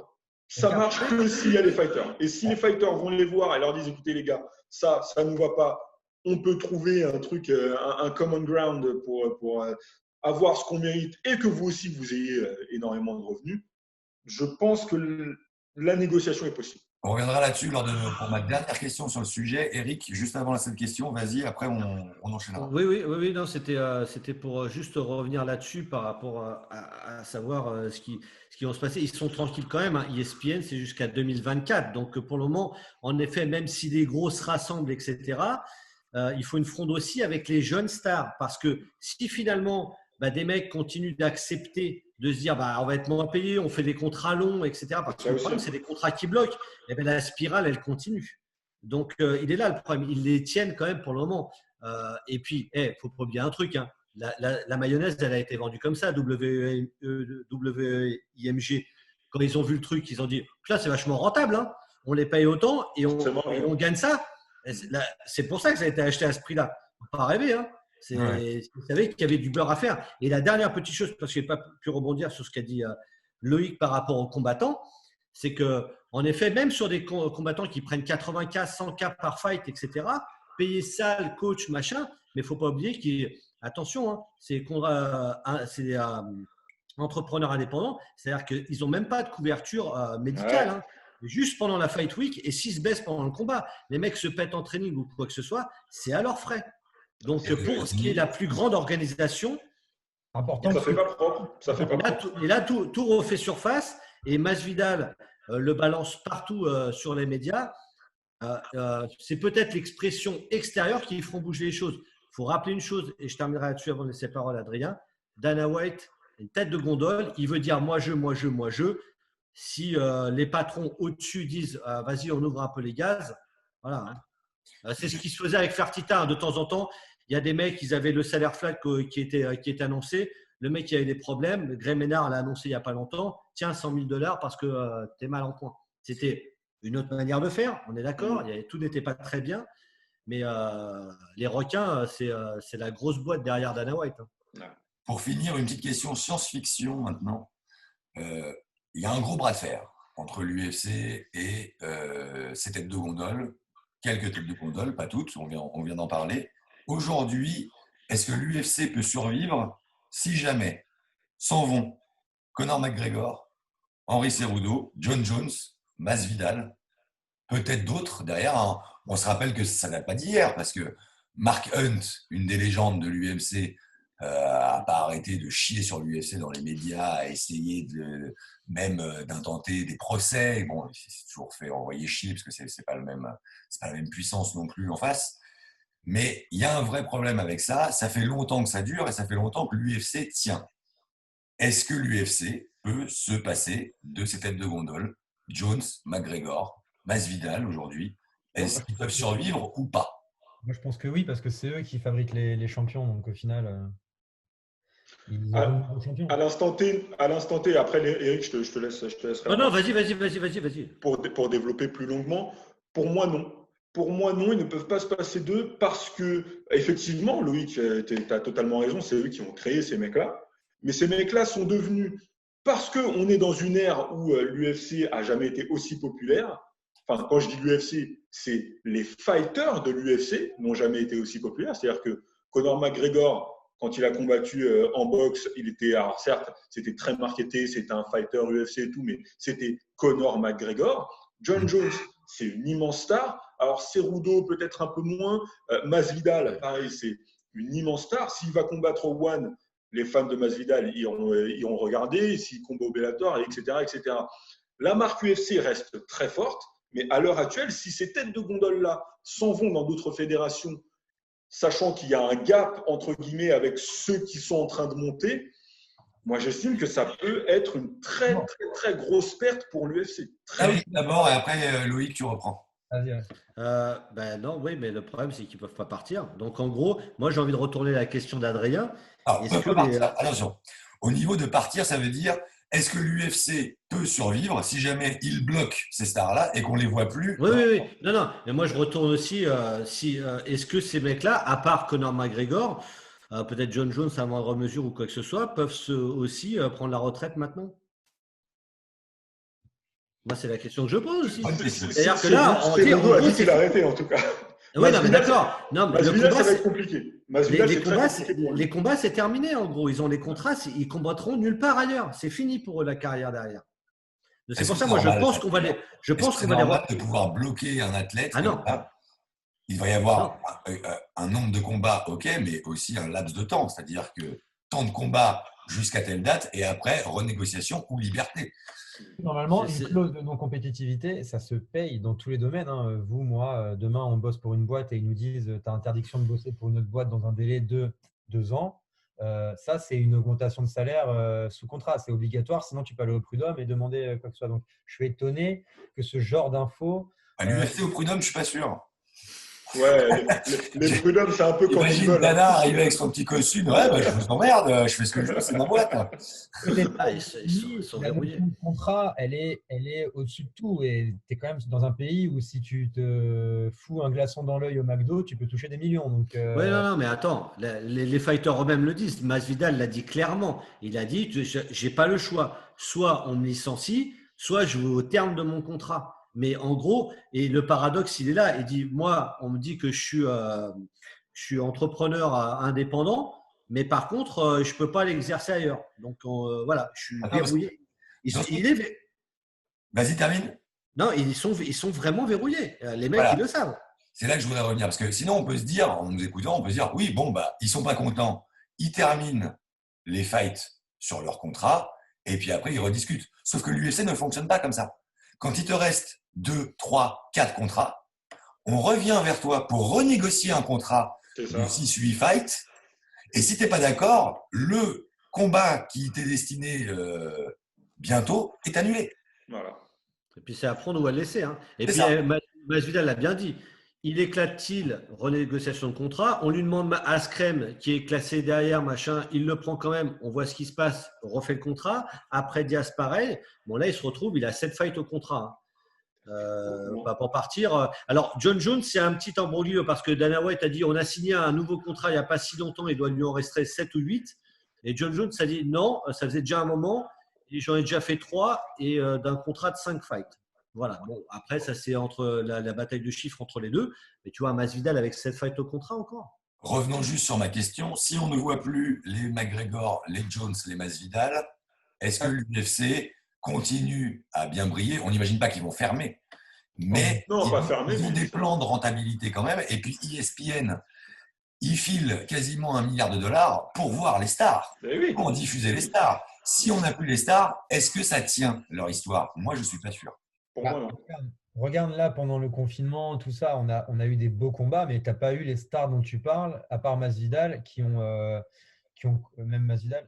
Non, Masvidal non plus n'a pas combattu. Masvidal non plus. Donc au final, l'UFC arrive quand même à faire des scores monstres, arrive à quand même continuer à gagner des nouveaux marchés, parce que c'est ça aussi qui est important. Tu n'as pas pété de pay-per-view là. Ouais.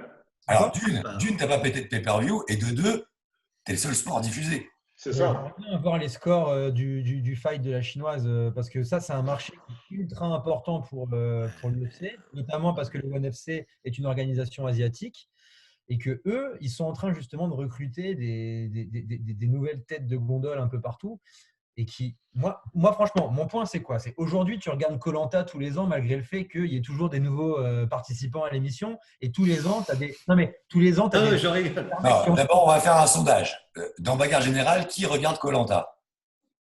Bon, moi, j'ai regardé vite fait. Bon. Voilà. Non, arrête, Loïc, arrête de mentir. Merci, Tous les Loïc. vendredis, tu as regardé. Pour ces superbes. Tu as regardé. Comment il s'appelle là, le gars que tout le monde kiffait là? Jean-Claude ou Claude, un truc comme ça? Claude. Ouais. Il n'y a pas tes Mataille, un mec tahitien, non? Bon, on ne va pas parler de ça, c'est nul. De toute façon. Il y a SoFoot qui parle déjà assez de Koh-Lanta pour ça. Ouais, laissons-les.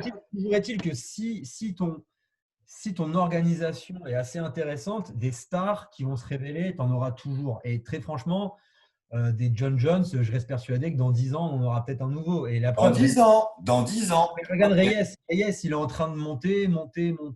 Il a les épaules pour devenir un futur gros Fin champion. du contrat d'ESPN 2024. D'ici 2024, tu t'imagines avoir l'émergence d'un nouveau John Jones, d'un nouveau Conor McGregor? Ah oui, c'est ça. Conor McGregor, non. Ça, McGregor, on aura pu, je pense. Parce que Celui McGregor, qui est sur les meilleures traces de McGregor, ça va être le Sean O'Malley, éventuellement. Il a la tronche. McGregor, il a profité de cette période où l'UFC a explosé dans des marchés autres que les États-Unis. En gros, Mais est-ce que c'est pas McGregor qui a fait exploser l'UFC? Ah oui. Quoi qu'il disait, c'est l'UFC qui fait les champions. Est-ce que McGregor, à un moment, n'a pas fait, allez, il y a joué. un petit 10-20% de l'UFC quand même? Enfin, je veux dire, tout le voilà. monde peut aller. C'est très simple hein, quand on parle de juste en termes d'image. Tu t'arrêtes les gens qui sont un peu fans de sport, pas de sport de combat, mais de sport. Tu leur dis UFC, le premier nom qui revient, c'est rapidement Conor McGregor. Hein. Il y en a un seul nom. N'importe qui dans la rue, même un mec qui ne regarde pas du sport, il va te citer McGregor. Ma mère connaît McGregor. Enfin, je veux dire, c'est pour ça qu'un mec comme ça qui ne combat plus à l'UFC, c'est une perte terrible. Et dans le business plan de l'UFC, qui, comme Adrien le signalait, a signé des gros contrats parce qu'ils avaient des stars, et ESPN et Disney, etc., ont mis beaucoup d'argent parce qu'ils savent qu'il y a des stars, etc. Une fois que tu perds toutes tes têtes de gondole, ESPN, ils ne sont pas là pour faire, entre guillemets, de la formation, tu vois. Ils ne sont pas là pour monter des histoires avec admettons, des O'Malley, etc.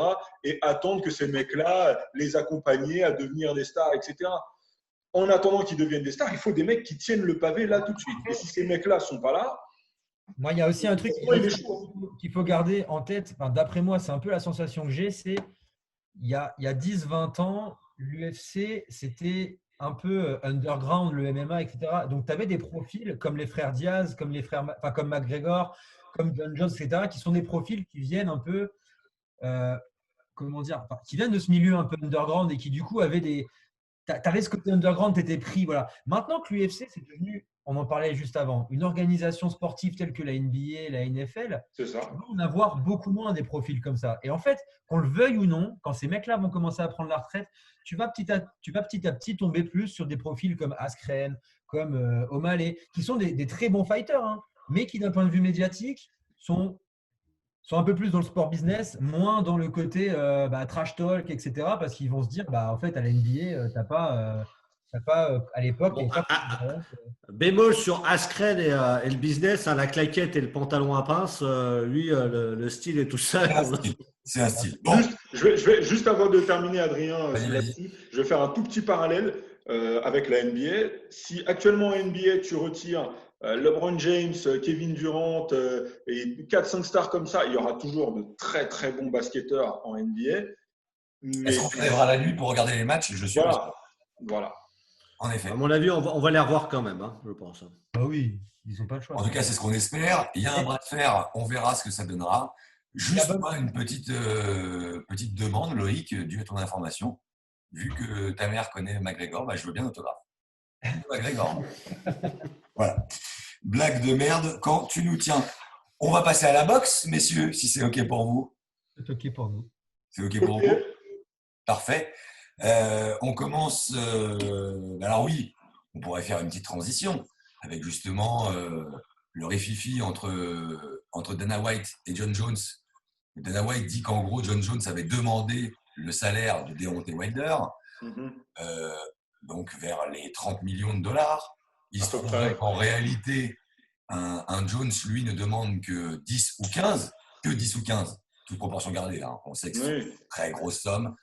Comparé à la carrière du monsieur, des sacrifices et du niveau, et de ce que se touche, par exemple, un Deontay Wilder, 10-15, ce serait la moindre des choses. Est-ce qu'il y a eu des bras de fer comme ça avec des gros boxeurs dans la boxe pro? Et surtout, est-ce que tu penses que la boxe peut jouer un rôle justement de modèle? C'est-à-dire, tiens, regarde, ce mec-là qui n'est absolument pas connu en boxe touche tant, alors qu'un mec connu au MMA et, à forte raison, à l'UFC, touche moins. Qu'est-ce que tu en penses? Alors, la comparaison n'est pas très adaptée parce qu'on est sur deux modèles totalement différents. L'UFC, c'est, comme on disait, une ligue, une structure, c'est carré, il y a, entre guillemets, un chef, un diffuseur, et voilà, tu as une seule ligue, le champion, il est champion de l'UFC. Voilà. En boxe, c'est une galaxie tout entière, c'est-à-dire que tu as plusieurs fédérations qui ont plusieurs ceintures, il y a au total 5 fédérations. Alors imagine 5 UFC, tu vois, admettons, avec 5 champions différents dans chaque catégorie. Les négociations sont absolument pas les mêmes et surtout, tu n'as pas un seul chef qui décide de un tel affronte un tel, et ok, toi, non, t'attends un petit peu, et toi, voilà.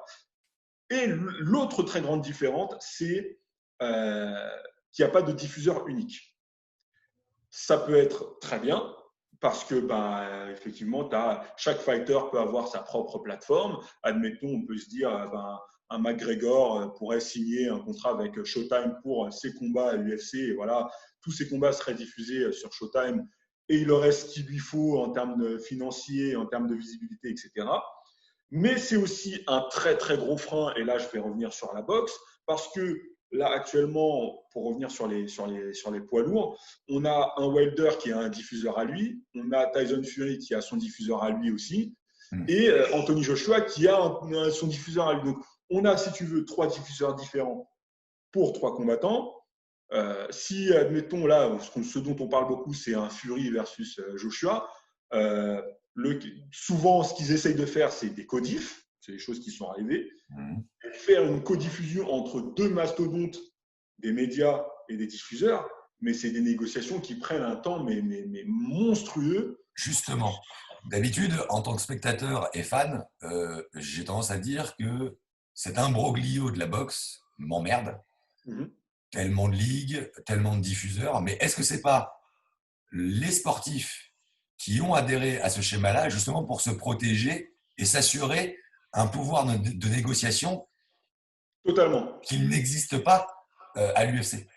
Totalement, je suis totalement d'accord avec toi, mais c'est très souvent au détriment de la qualité des combats. Et c'est là où l'UFC a l'avantage, c'est que l'UFC, si Dana White décide, ok, toi, fighter A t'affronte fighter B, les 2 fighters n'ont pas le choix. Ils s'affrontent, ça fait souvent des combats gigantesques. Et voilà. Tu vois, par exemple, je vais reprendre l'exemple du combat Nurmagomedov-McGregor. On peut penser que, admettons, je dis n'importe quoi, c'est vraiment de la fiction, ce que je veux vous dire. McGregor, il a son diffuseur à lui, diffuseur A, un diffuseur britannique. Nurmagomedov, très connu en Russie, tout ce qui est Asie et Moyen-Orient, tout ça, il a son diffuseur à lui là-bas. Pour que les deux trouvent une entente, c'est-à-dire que pourcentage de revenus, à quelle heure va être diffusé le fight, parce que ça c'est très important, à quelle heure va être diffusé le fight en fonction de qui a l'avantage par rapport aux deux. C'est des négociations qui prennent du temps. Et un Nurmagomedov contre McGregor, on l'aurait peut-être jamais vu si ce n'était pas sous l'égide de l'UFC. Voilà. Pour revenir sur l'actualité plus boxe MMA, on a eu une vidéo assez sympa montrant un certain monsieur Francis Ngannou, je ne connais pas, et un petit jeune, Ryan Garcia, qui n'arrête pas de faire parler de lui. Qu'est-ce que tu as pensé de cette vidéo? Alors, ce n'est pas la première qui fait Ryan Garcia. Il invite souvent les gens du monde, que ce soit des gens du monde des sports de combat, ou même des youtubeurs, ou même des personnalités. Voilà. Il fait même ça aussi parfois avec des gens de sa famille, ce qui crée des petits accidents parfois. Mais voilà, c'est la vidéo, en gros, c'est ce qu'il a lancé, ça s'appelle le Left Hook Challenge, où en gros, le but du jeu, c'est donc la personne qui est face à lui porte un plastron d'entraînement et lui donc a le gant gauche, la main gauche gantée, et il enchaîne les crochets gauches le plus fort possible, le plus vite possible, et en gros c'est à celui qui tient le plus longtemps. Donc il a fait ça avec Francis Ngannou. Autant vous dire que Francis n'a pas bougé d'un iota sur X tentatives de Ryan Garcia. C'est le premier d'ailleurs à ne pas avoir dit stop, on arrête. Alors que d'habitude, en gros, la vidéo se termine souvent avec le mec face à lui au sol et tout, en train de gueuler.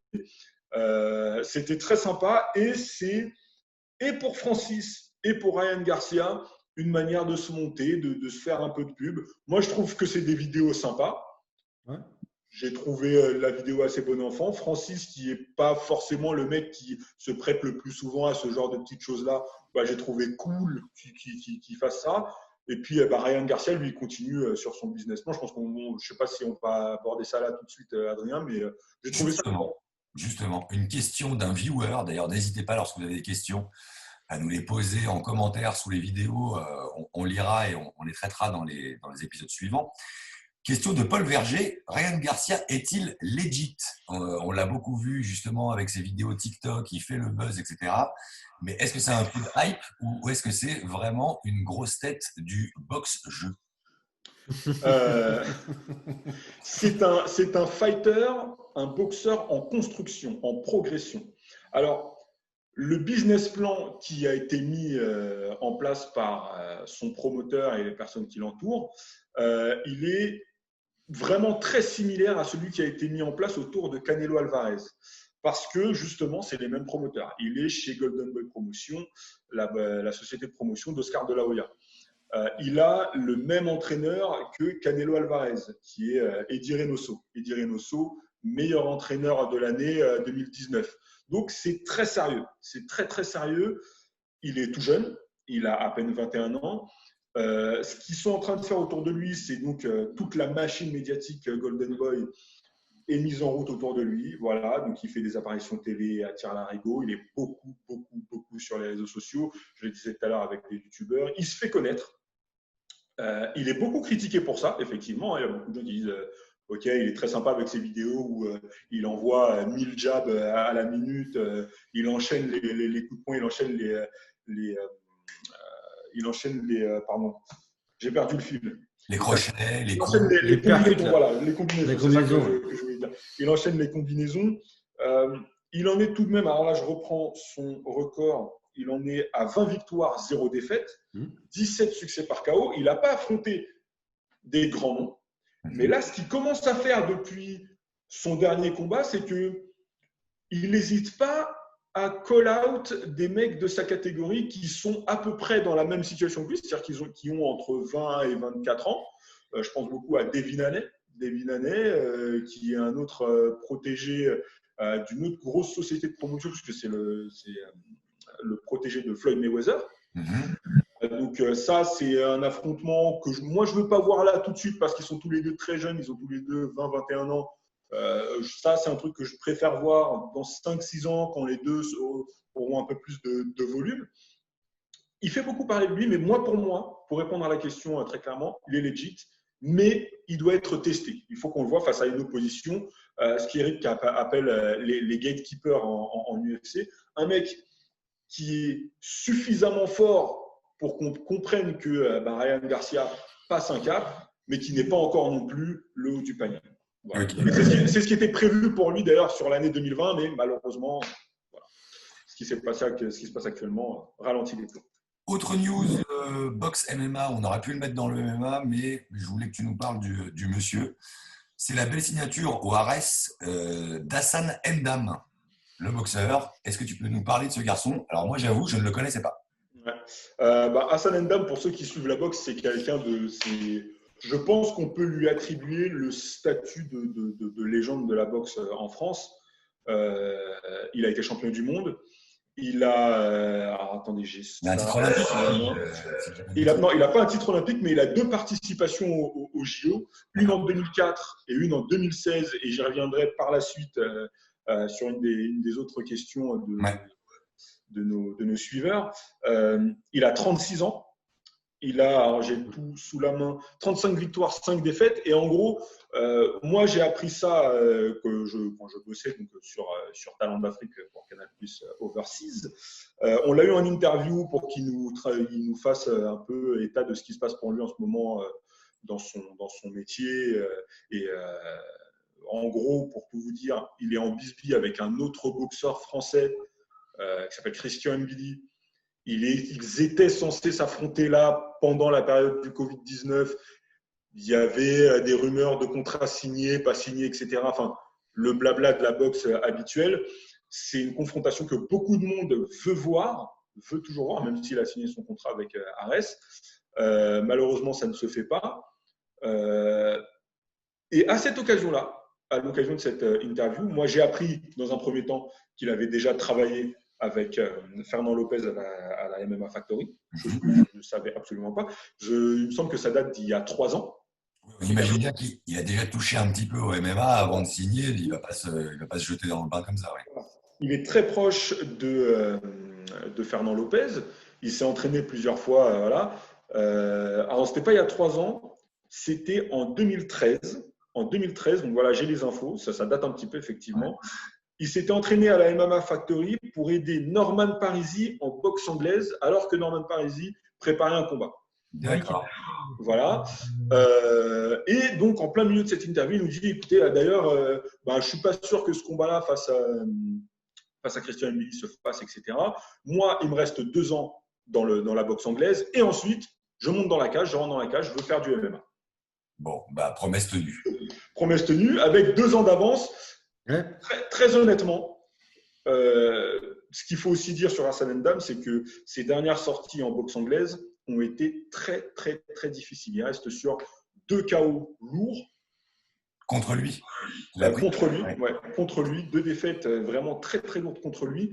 Il a pris du temps de repos, effectivement, et tout. Et c'est quelqu'un qui est très conscient de ses capacités physiques. Il sait quand il est au bout et quand il est pas au bout. Et d'ailleurs, à demi-mot, il nous avoue que voilà, il est bientôt sur la fin en boxe anglaise. Mais enchaîner sur du MMA, qui est quand même une autre mesure en termes de cardio, etc., qui est une autre préparation, et tout, c'est, à mon sens, assez risqué quand même. C'est un nouveau challenge. Après, c'est un homme de challenge. Il aime ça et j'imagine qu'il ne va pas tout de suite débuter par un truc, par un adversaire énorme. Mais c'est quelque chose. Il s'attaque à un très très gros morceau. Ok. Un adversaire qui risque pas de le boxer tout de suite avec des gants de 4 onces. Hein. Parce qu'il a quand même encore de la patate, Pépère. Ah oui, clairement. Avec des petits gants. On termine sur MMA et boxe. Le combat caritatif, on peut appeler ça comme ça, dont on entend pas mal parler, Mike Tyson contre Tito Ortiz. Eh bien, écoute, en tout cas, Tito Ortiz, lui, a dit « I'm in ». Ouais. Il a dit qu'il était in. Mike Tyson, on ne sait pas. On ne sait pas et j'ai même moi-même mené l'enquête. Tout ce qu'on sait pour l'instant, c'est que Tyson, il est super bien gaulé. Ah oui, Tyson. Partout où il va, il enlève son t-shirt. Il est en super forme. Sauf qu'au catch, il a eu un peu de mal à déchirer son t-shirt. Ça, c'est marrant. Je trouve que c'est une bonne pub, tu vois, pour la solidité de la fibre de ton vêtement. Lorsque tu colles ça sur le dos d'un Mike Tyson et qu'il n'arrive pas à le déchirer, tu dis « Ah, là, on est d'accord. » Il a un peu galéré.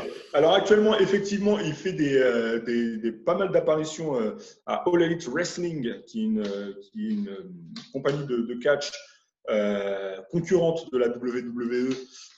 Donc, il fait des apparitions là-bas. Il a l'air de bien kiffer. Et je pense qu'il prend un joli chèque aussi.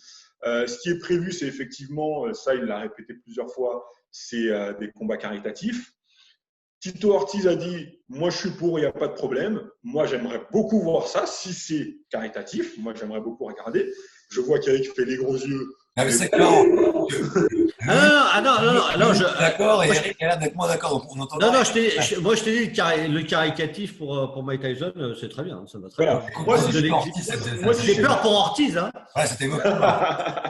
Moi, si c'est caritatif, il n'y a aucun souci. J'ai essayé de mener un petit peu l'enquête en interrogeant l'entourage de Mike Tyson, ses attachés de presse, etc. Aucune info ne filtre. En gros, c'est écoutez, référez-vous à ce que Tyson dit dans ses interviews, tout ça. On sent qu'il y a un truc qui se prépare, mais on ne sait pas exactement quoi. Alors, moi, j'espère toujours, et je pense que dans son entourage, ils ont été assez bienveillants pour lui dire, écoute, reprendre de manière professionnelle, même si c'est des adversaires de moindre qualité, ne fais pas ça, ça ne rime à rien. 2-3 combats caritatifs, franchement, moi j'achète. J'achète sans problème. Pareil. Eric, pareil avec Ortiz, Loïc, pareil. Oui, enfin, je préfère, à la limite, je préfère Ortiz qu'Holyfield. Holyfield, je serais très inquiet pour Evander. Alors, autre chose, juste, je me permets de venir sur Holyfield. Effectivement, c'est très, très inquiétant, mais le truc, c'est que Holyfield, lui, déjà sur la fin de sa carrière pro, il avait été très, très, très jusqu'au boutiste. C'est-à-dire qu'il a boxé jusqu'à l'âge de 48 ans, il me semble. Ah oui. Il faisait très, très, très, très, très long. Là, il a ramené Vladimir Klitschko dans son camp d'entraînement. On ne sait pas exactement ce qu'ils font. On sait qu'il est là, voilà. Non, mais on sait qu'il est là et qu'il donne des conseils. On a vu Du les point de Avec croix. Yannick, il y a la part des bécanes. mais Holyfield, lui, moi, ça me fait. Parce que surtout aussi, autre chose qu'il faut prendre en compte, c'est qu'Holyfield, il a. Alors, je ne sais pas si c'est toujours le cas, mais il a longtemps eu des problèmes d'argent. Et je ne sais pas dans quelle mesure est-ce que se contenter de combats caritatifs et même faire des combats caritatifs peut lui suffire. Si on lui propose un gros bifton pour un combat professionnel sérieux, j'ai peur que ça l'attire et qu'il y aille et que ça se termine mal. Il a quel âge Holyfield maintenant là? Il a 50, il me semble qu'il est de 62, il a 58 ans. Oui, il a 57, donc on va arriver sur 58, oui. Ouais. Oui. Il n'a pas l'âge d'un boxeur du tout. Ouais, c'est ça. Ce serait dommage. Comment ne pas parler de ce qui soulève socialement le monde entier en ce moment, le drame qui est arrivé à M. George Floyd aux États-Unis, cet Américain qui a été tué par la police, Américain noir, qui a soulevé l'indignation totale et mondiale cette fois-ci, y compris jusqu'à chez nous. Tony Yoka s'est exprimé sur le sujet. Alors, je l'ai déjà dit avant dans Fréquence MMA, je pense qu'on peut mettre ça sur le dos de sa jeunesse et de son inexpérience au niveau des médias. Ouais. Donc, un tweet qui appelle à la haine.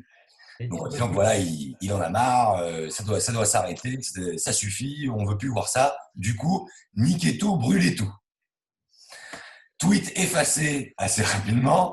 Oui. Eric remet la diplomatie au centre du débat, il a bien raison. Je pense qu'après les sauts de merde qu'a dû recevoir Yoka et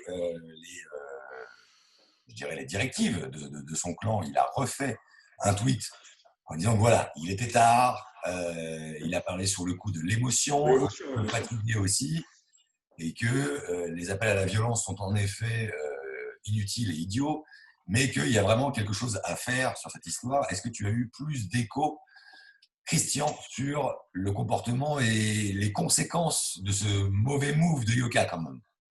Les conséquences, elles sont au-delà des réseaux sociaux et au-delà de ce qu'a pu dire Raphaël Tronchet lors d'une interview à l'équipe. Elles sont minimes entre guillemets parce que la puissance médiatique de Tony Yoka lorsqu'il ne boxe pas, elle est aussi minime. Alors ça reste une voix, il est très suivi et il a été très très très très très maladroit en envoyant le tweet qu'il a envoyé. Oui.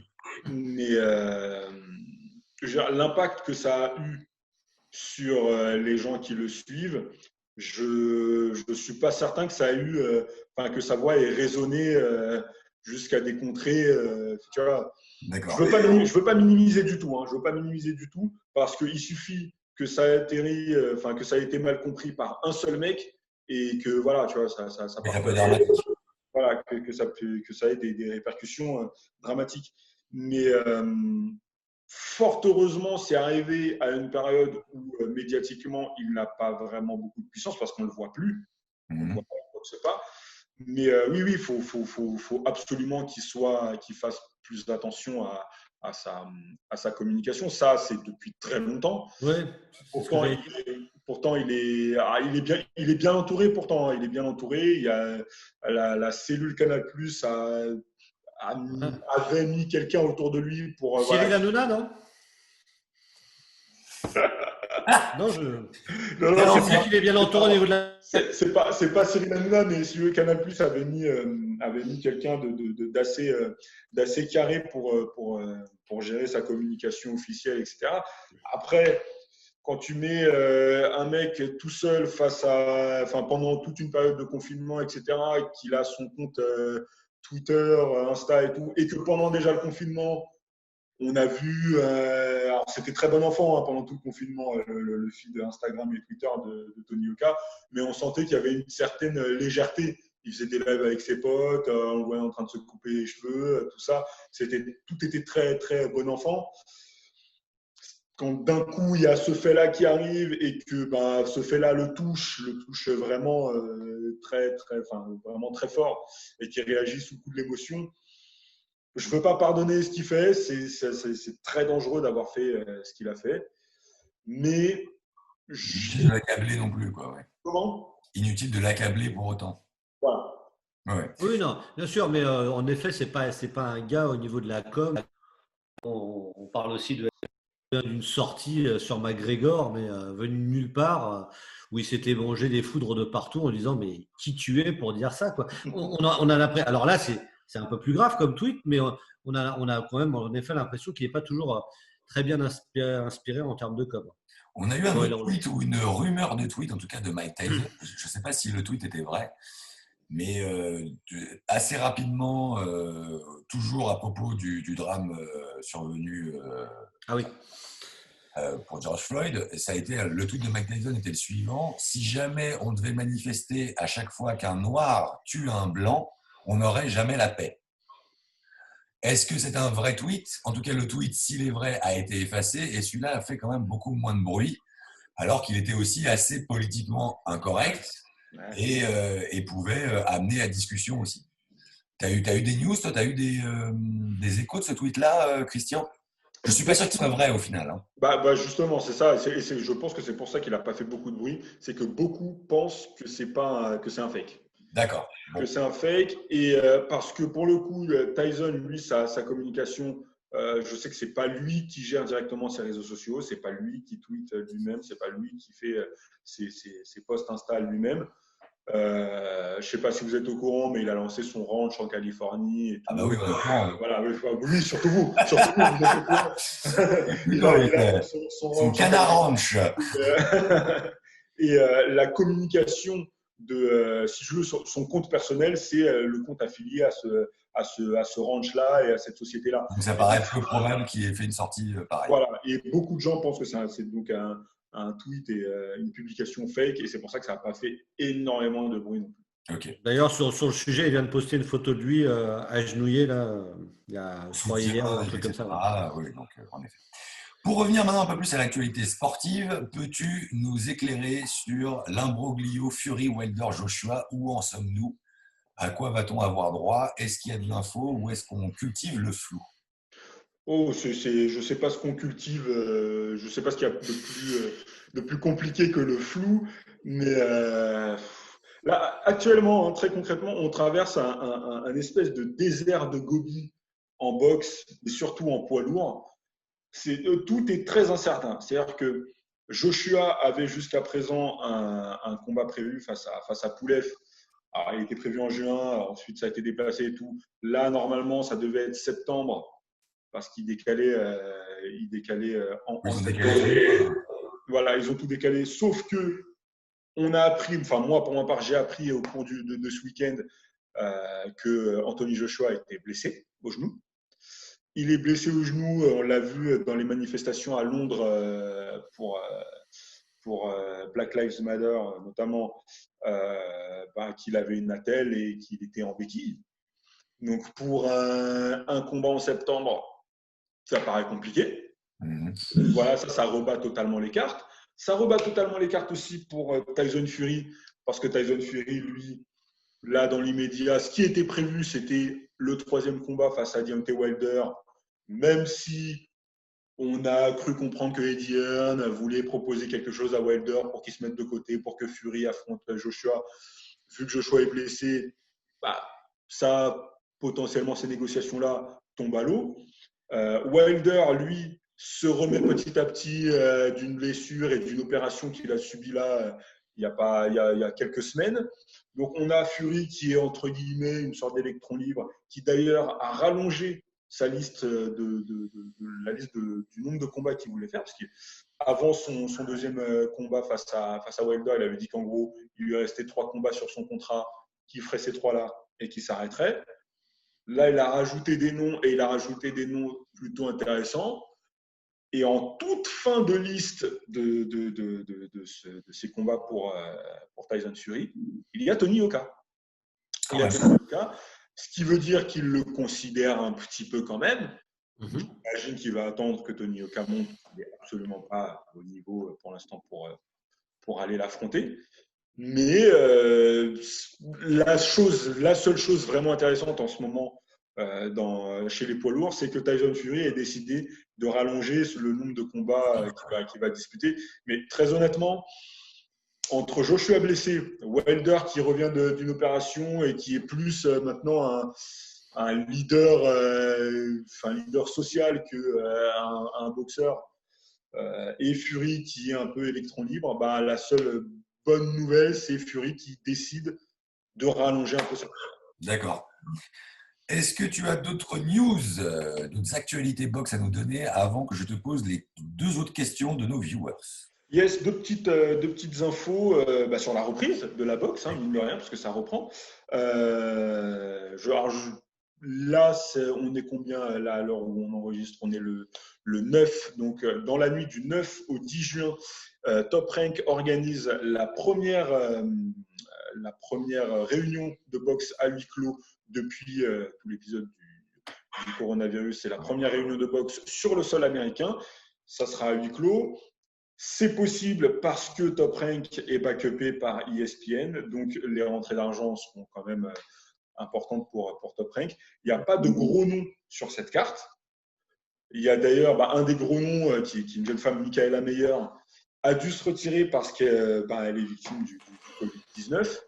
Ils ont pris toutes les précautions pour la retirer bien avant tout ce qui est la Fight Week, etc., et les pesées et tout ça. Donc, a priori, il n'y a pas de risque pour les autres combattants qui sont présents sur l'événement.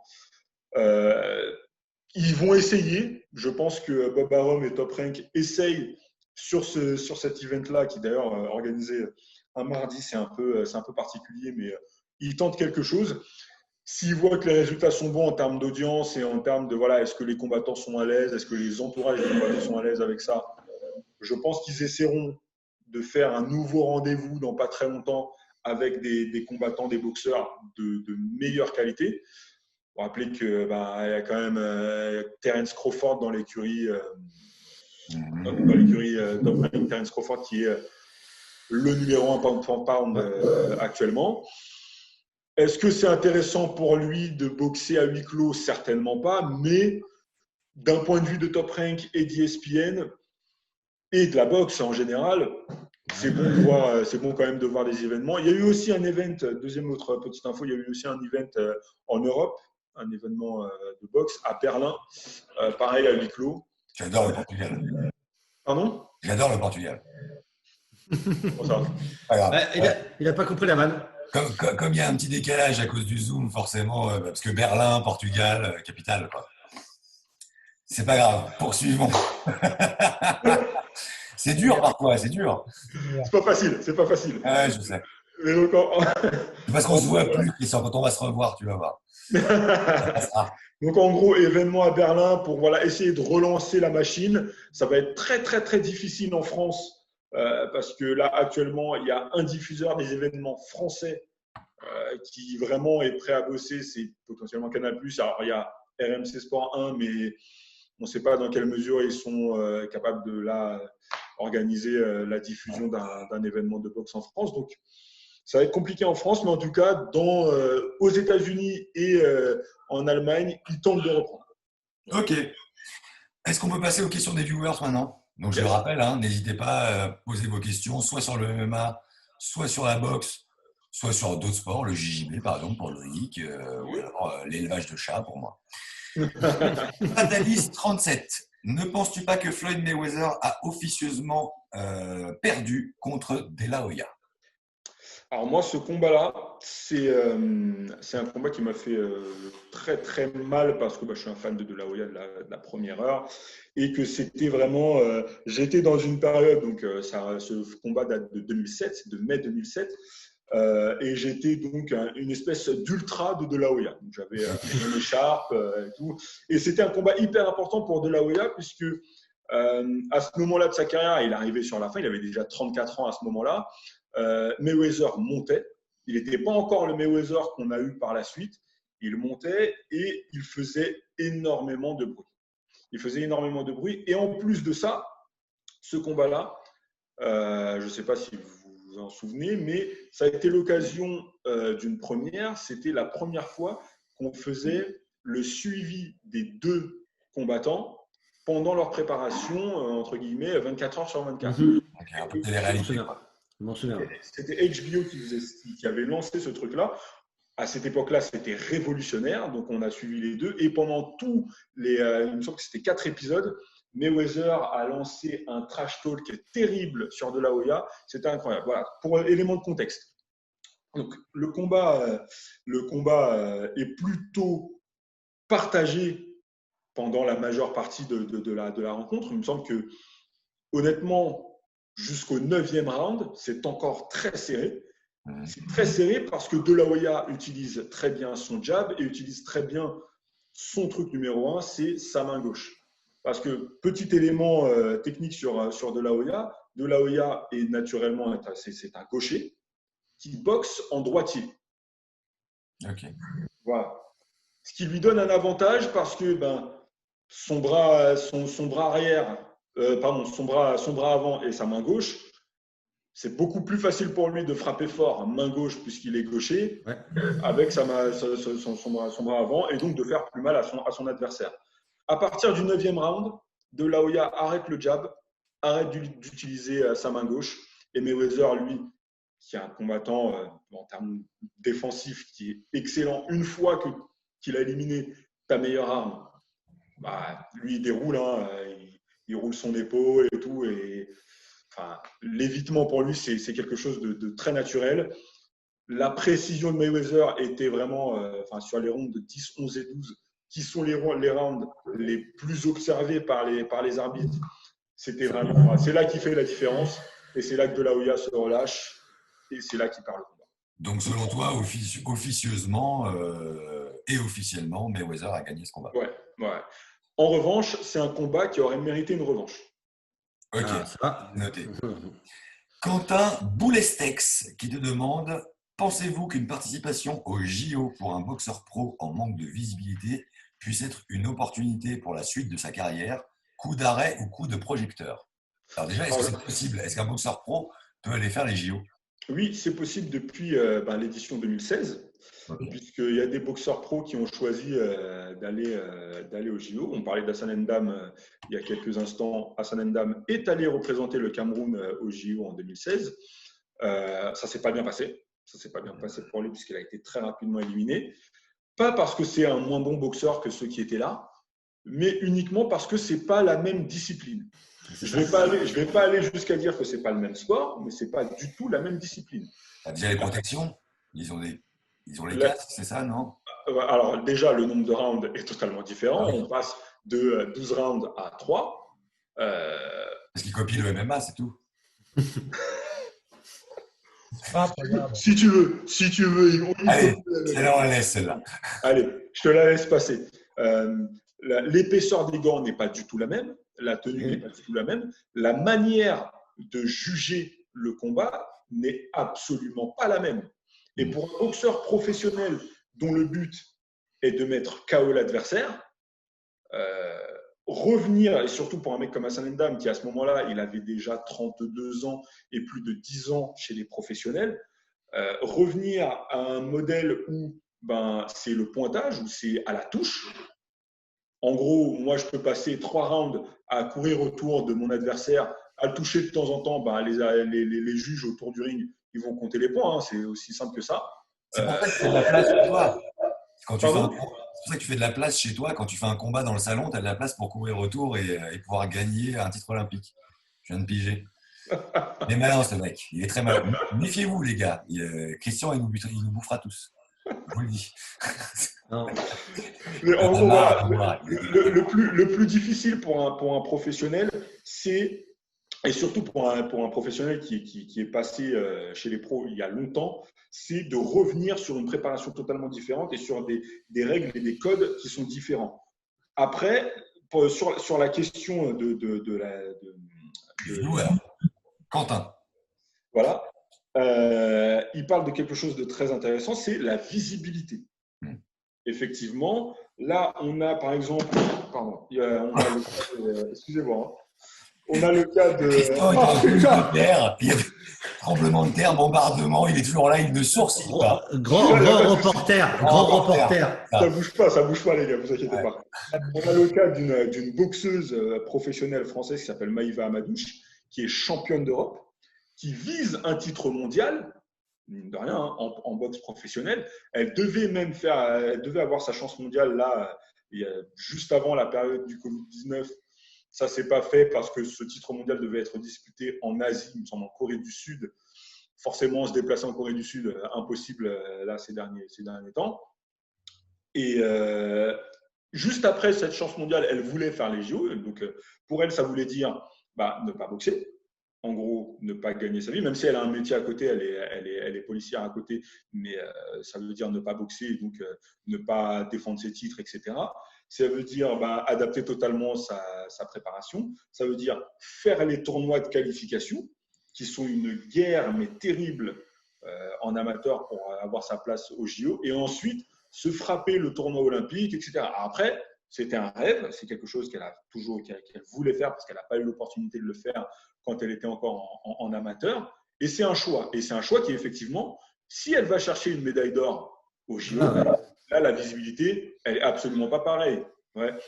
Juste pour vous donner un petit élément de comparaison, Maïva Amadouche, qui est donc championne d'Europe, elle a été classée par le journal L'Équipe derrière Estelle Ioka, qui, elle, a été championne olympique. Alors certes, elle a eu un titre mondial après quelques combats, mais en boxe, parfois les titres mondiaux, aller chercher les titres mondiaux, souvent qui sont vacants, etc., au bout de 5-6 combats, ça peut aller très très vite. Et ce n'est pas forcément des titres mondiaux qui sont legit. Elle a un titre mondial, mais ce n'est pas forcément, c'est pas la meilleure du monde. Hein. Ouais. Et en gros, elle, ça lui a fait à Maïva Amadouche. Elle a un peu rouspété après ça, de dire en gros, Estelle Ioka, elle vient d'arriver dans le monde professionnel. Moi, je suis pro depuis X années, je suis championne d'Europe et c'est un titre legit. Comment ça se fait que je sois classé derrière elle? C'est simplement que Estelle Ioka, elle a été médaille d'or au JO en 2016. Tu l'as dit. Médiatique, elle a plus de visibilité qu'elle. Faut prendre la médaille, quoi.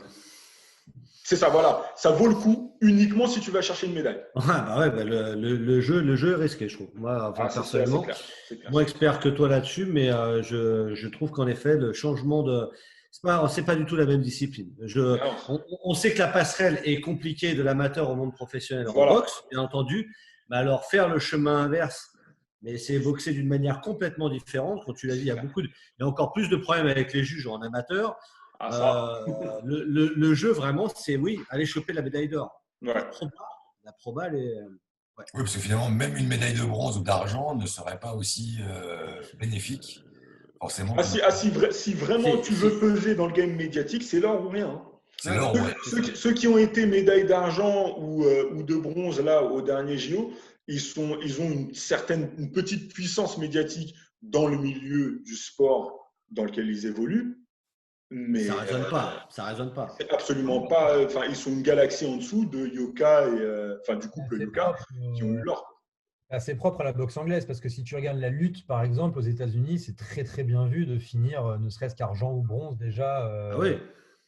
Mais même aux États-Unis, c'est même très bien vu d'avoir un très bon cursus en lutte, quoi. C'est toujours reconnu.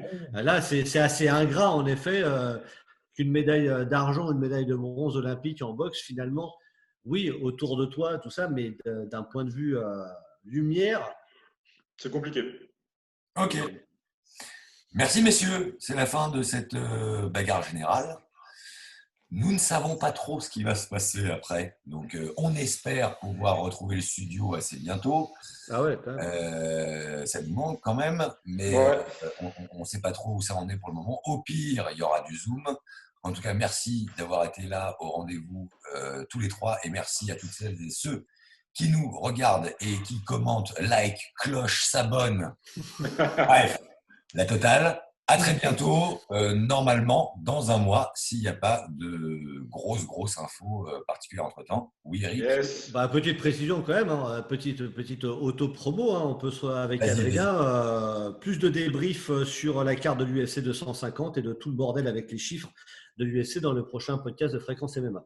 Absolument, le numéro 103. Tout à fait. Comme la mob. Ah. Messieurs, à bientôt. À bientôt. Ciao.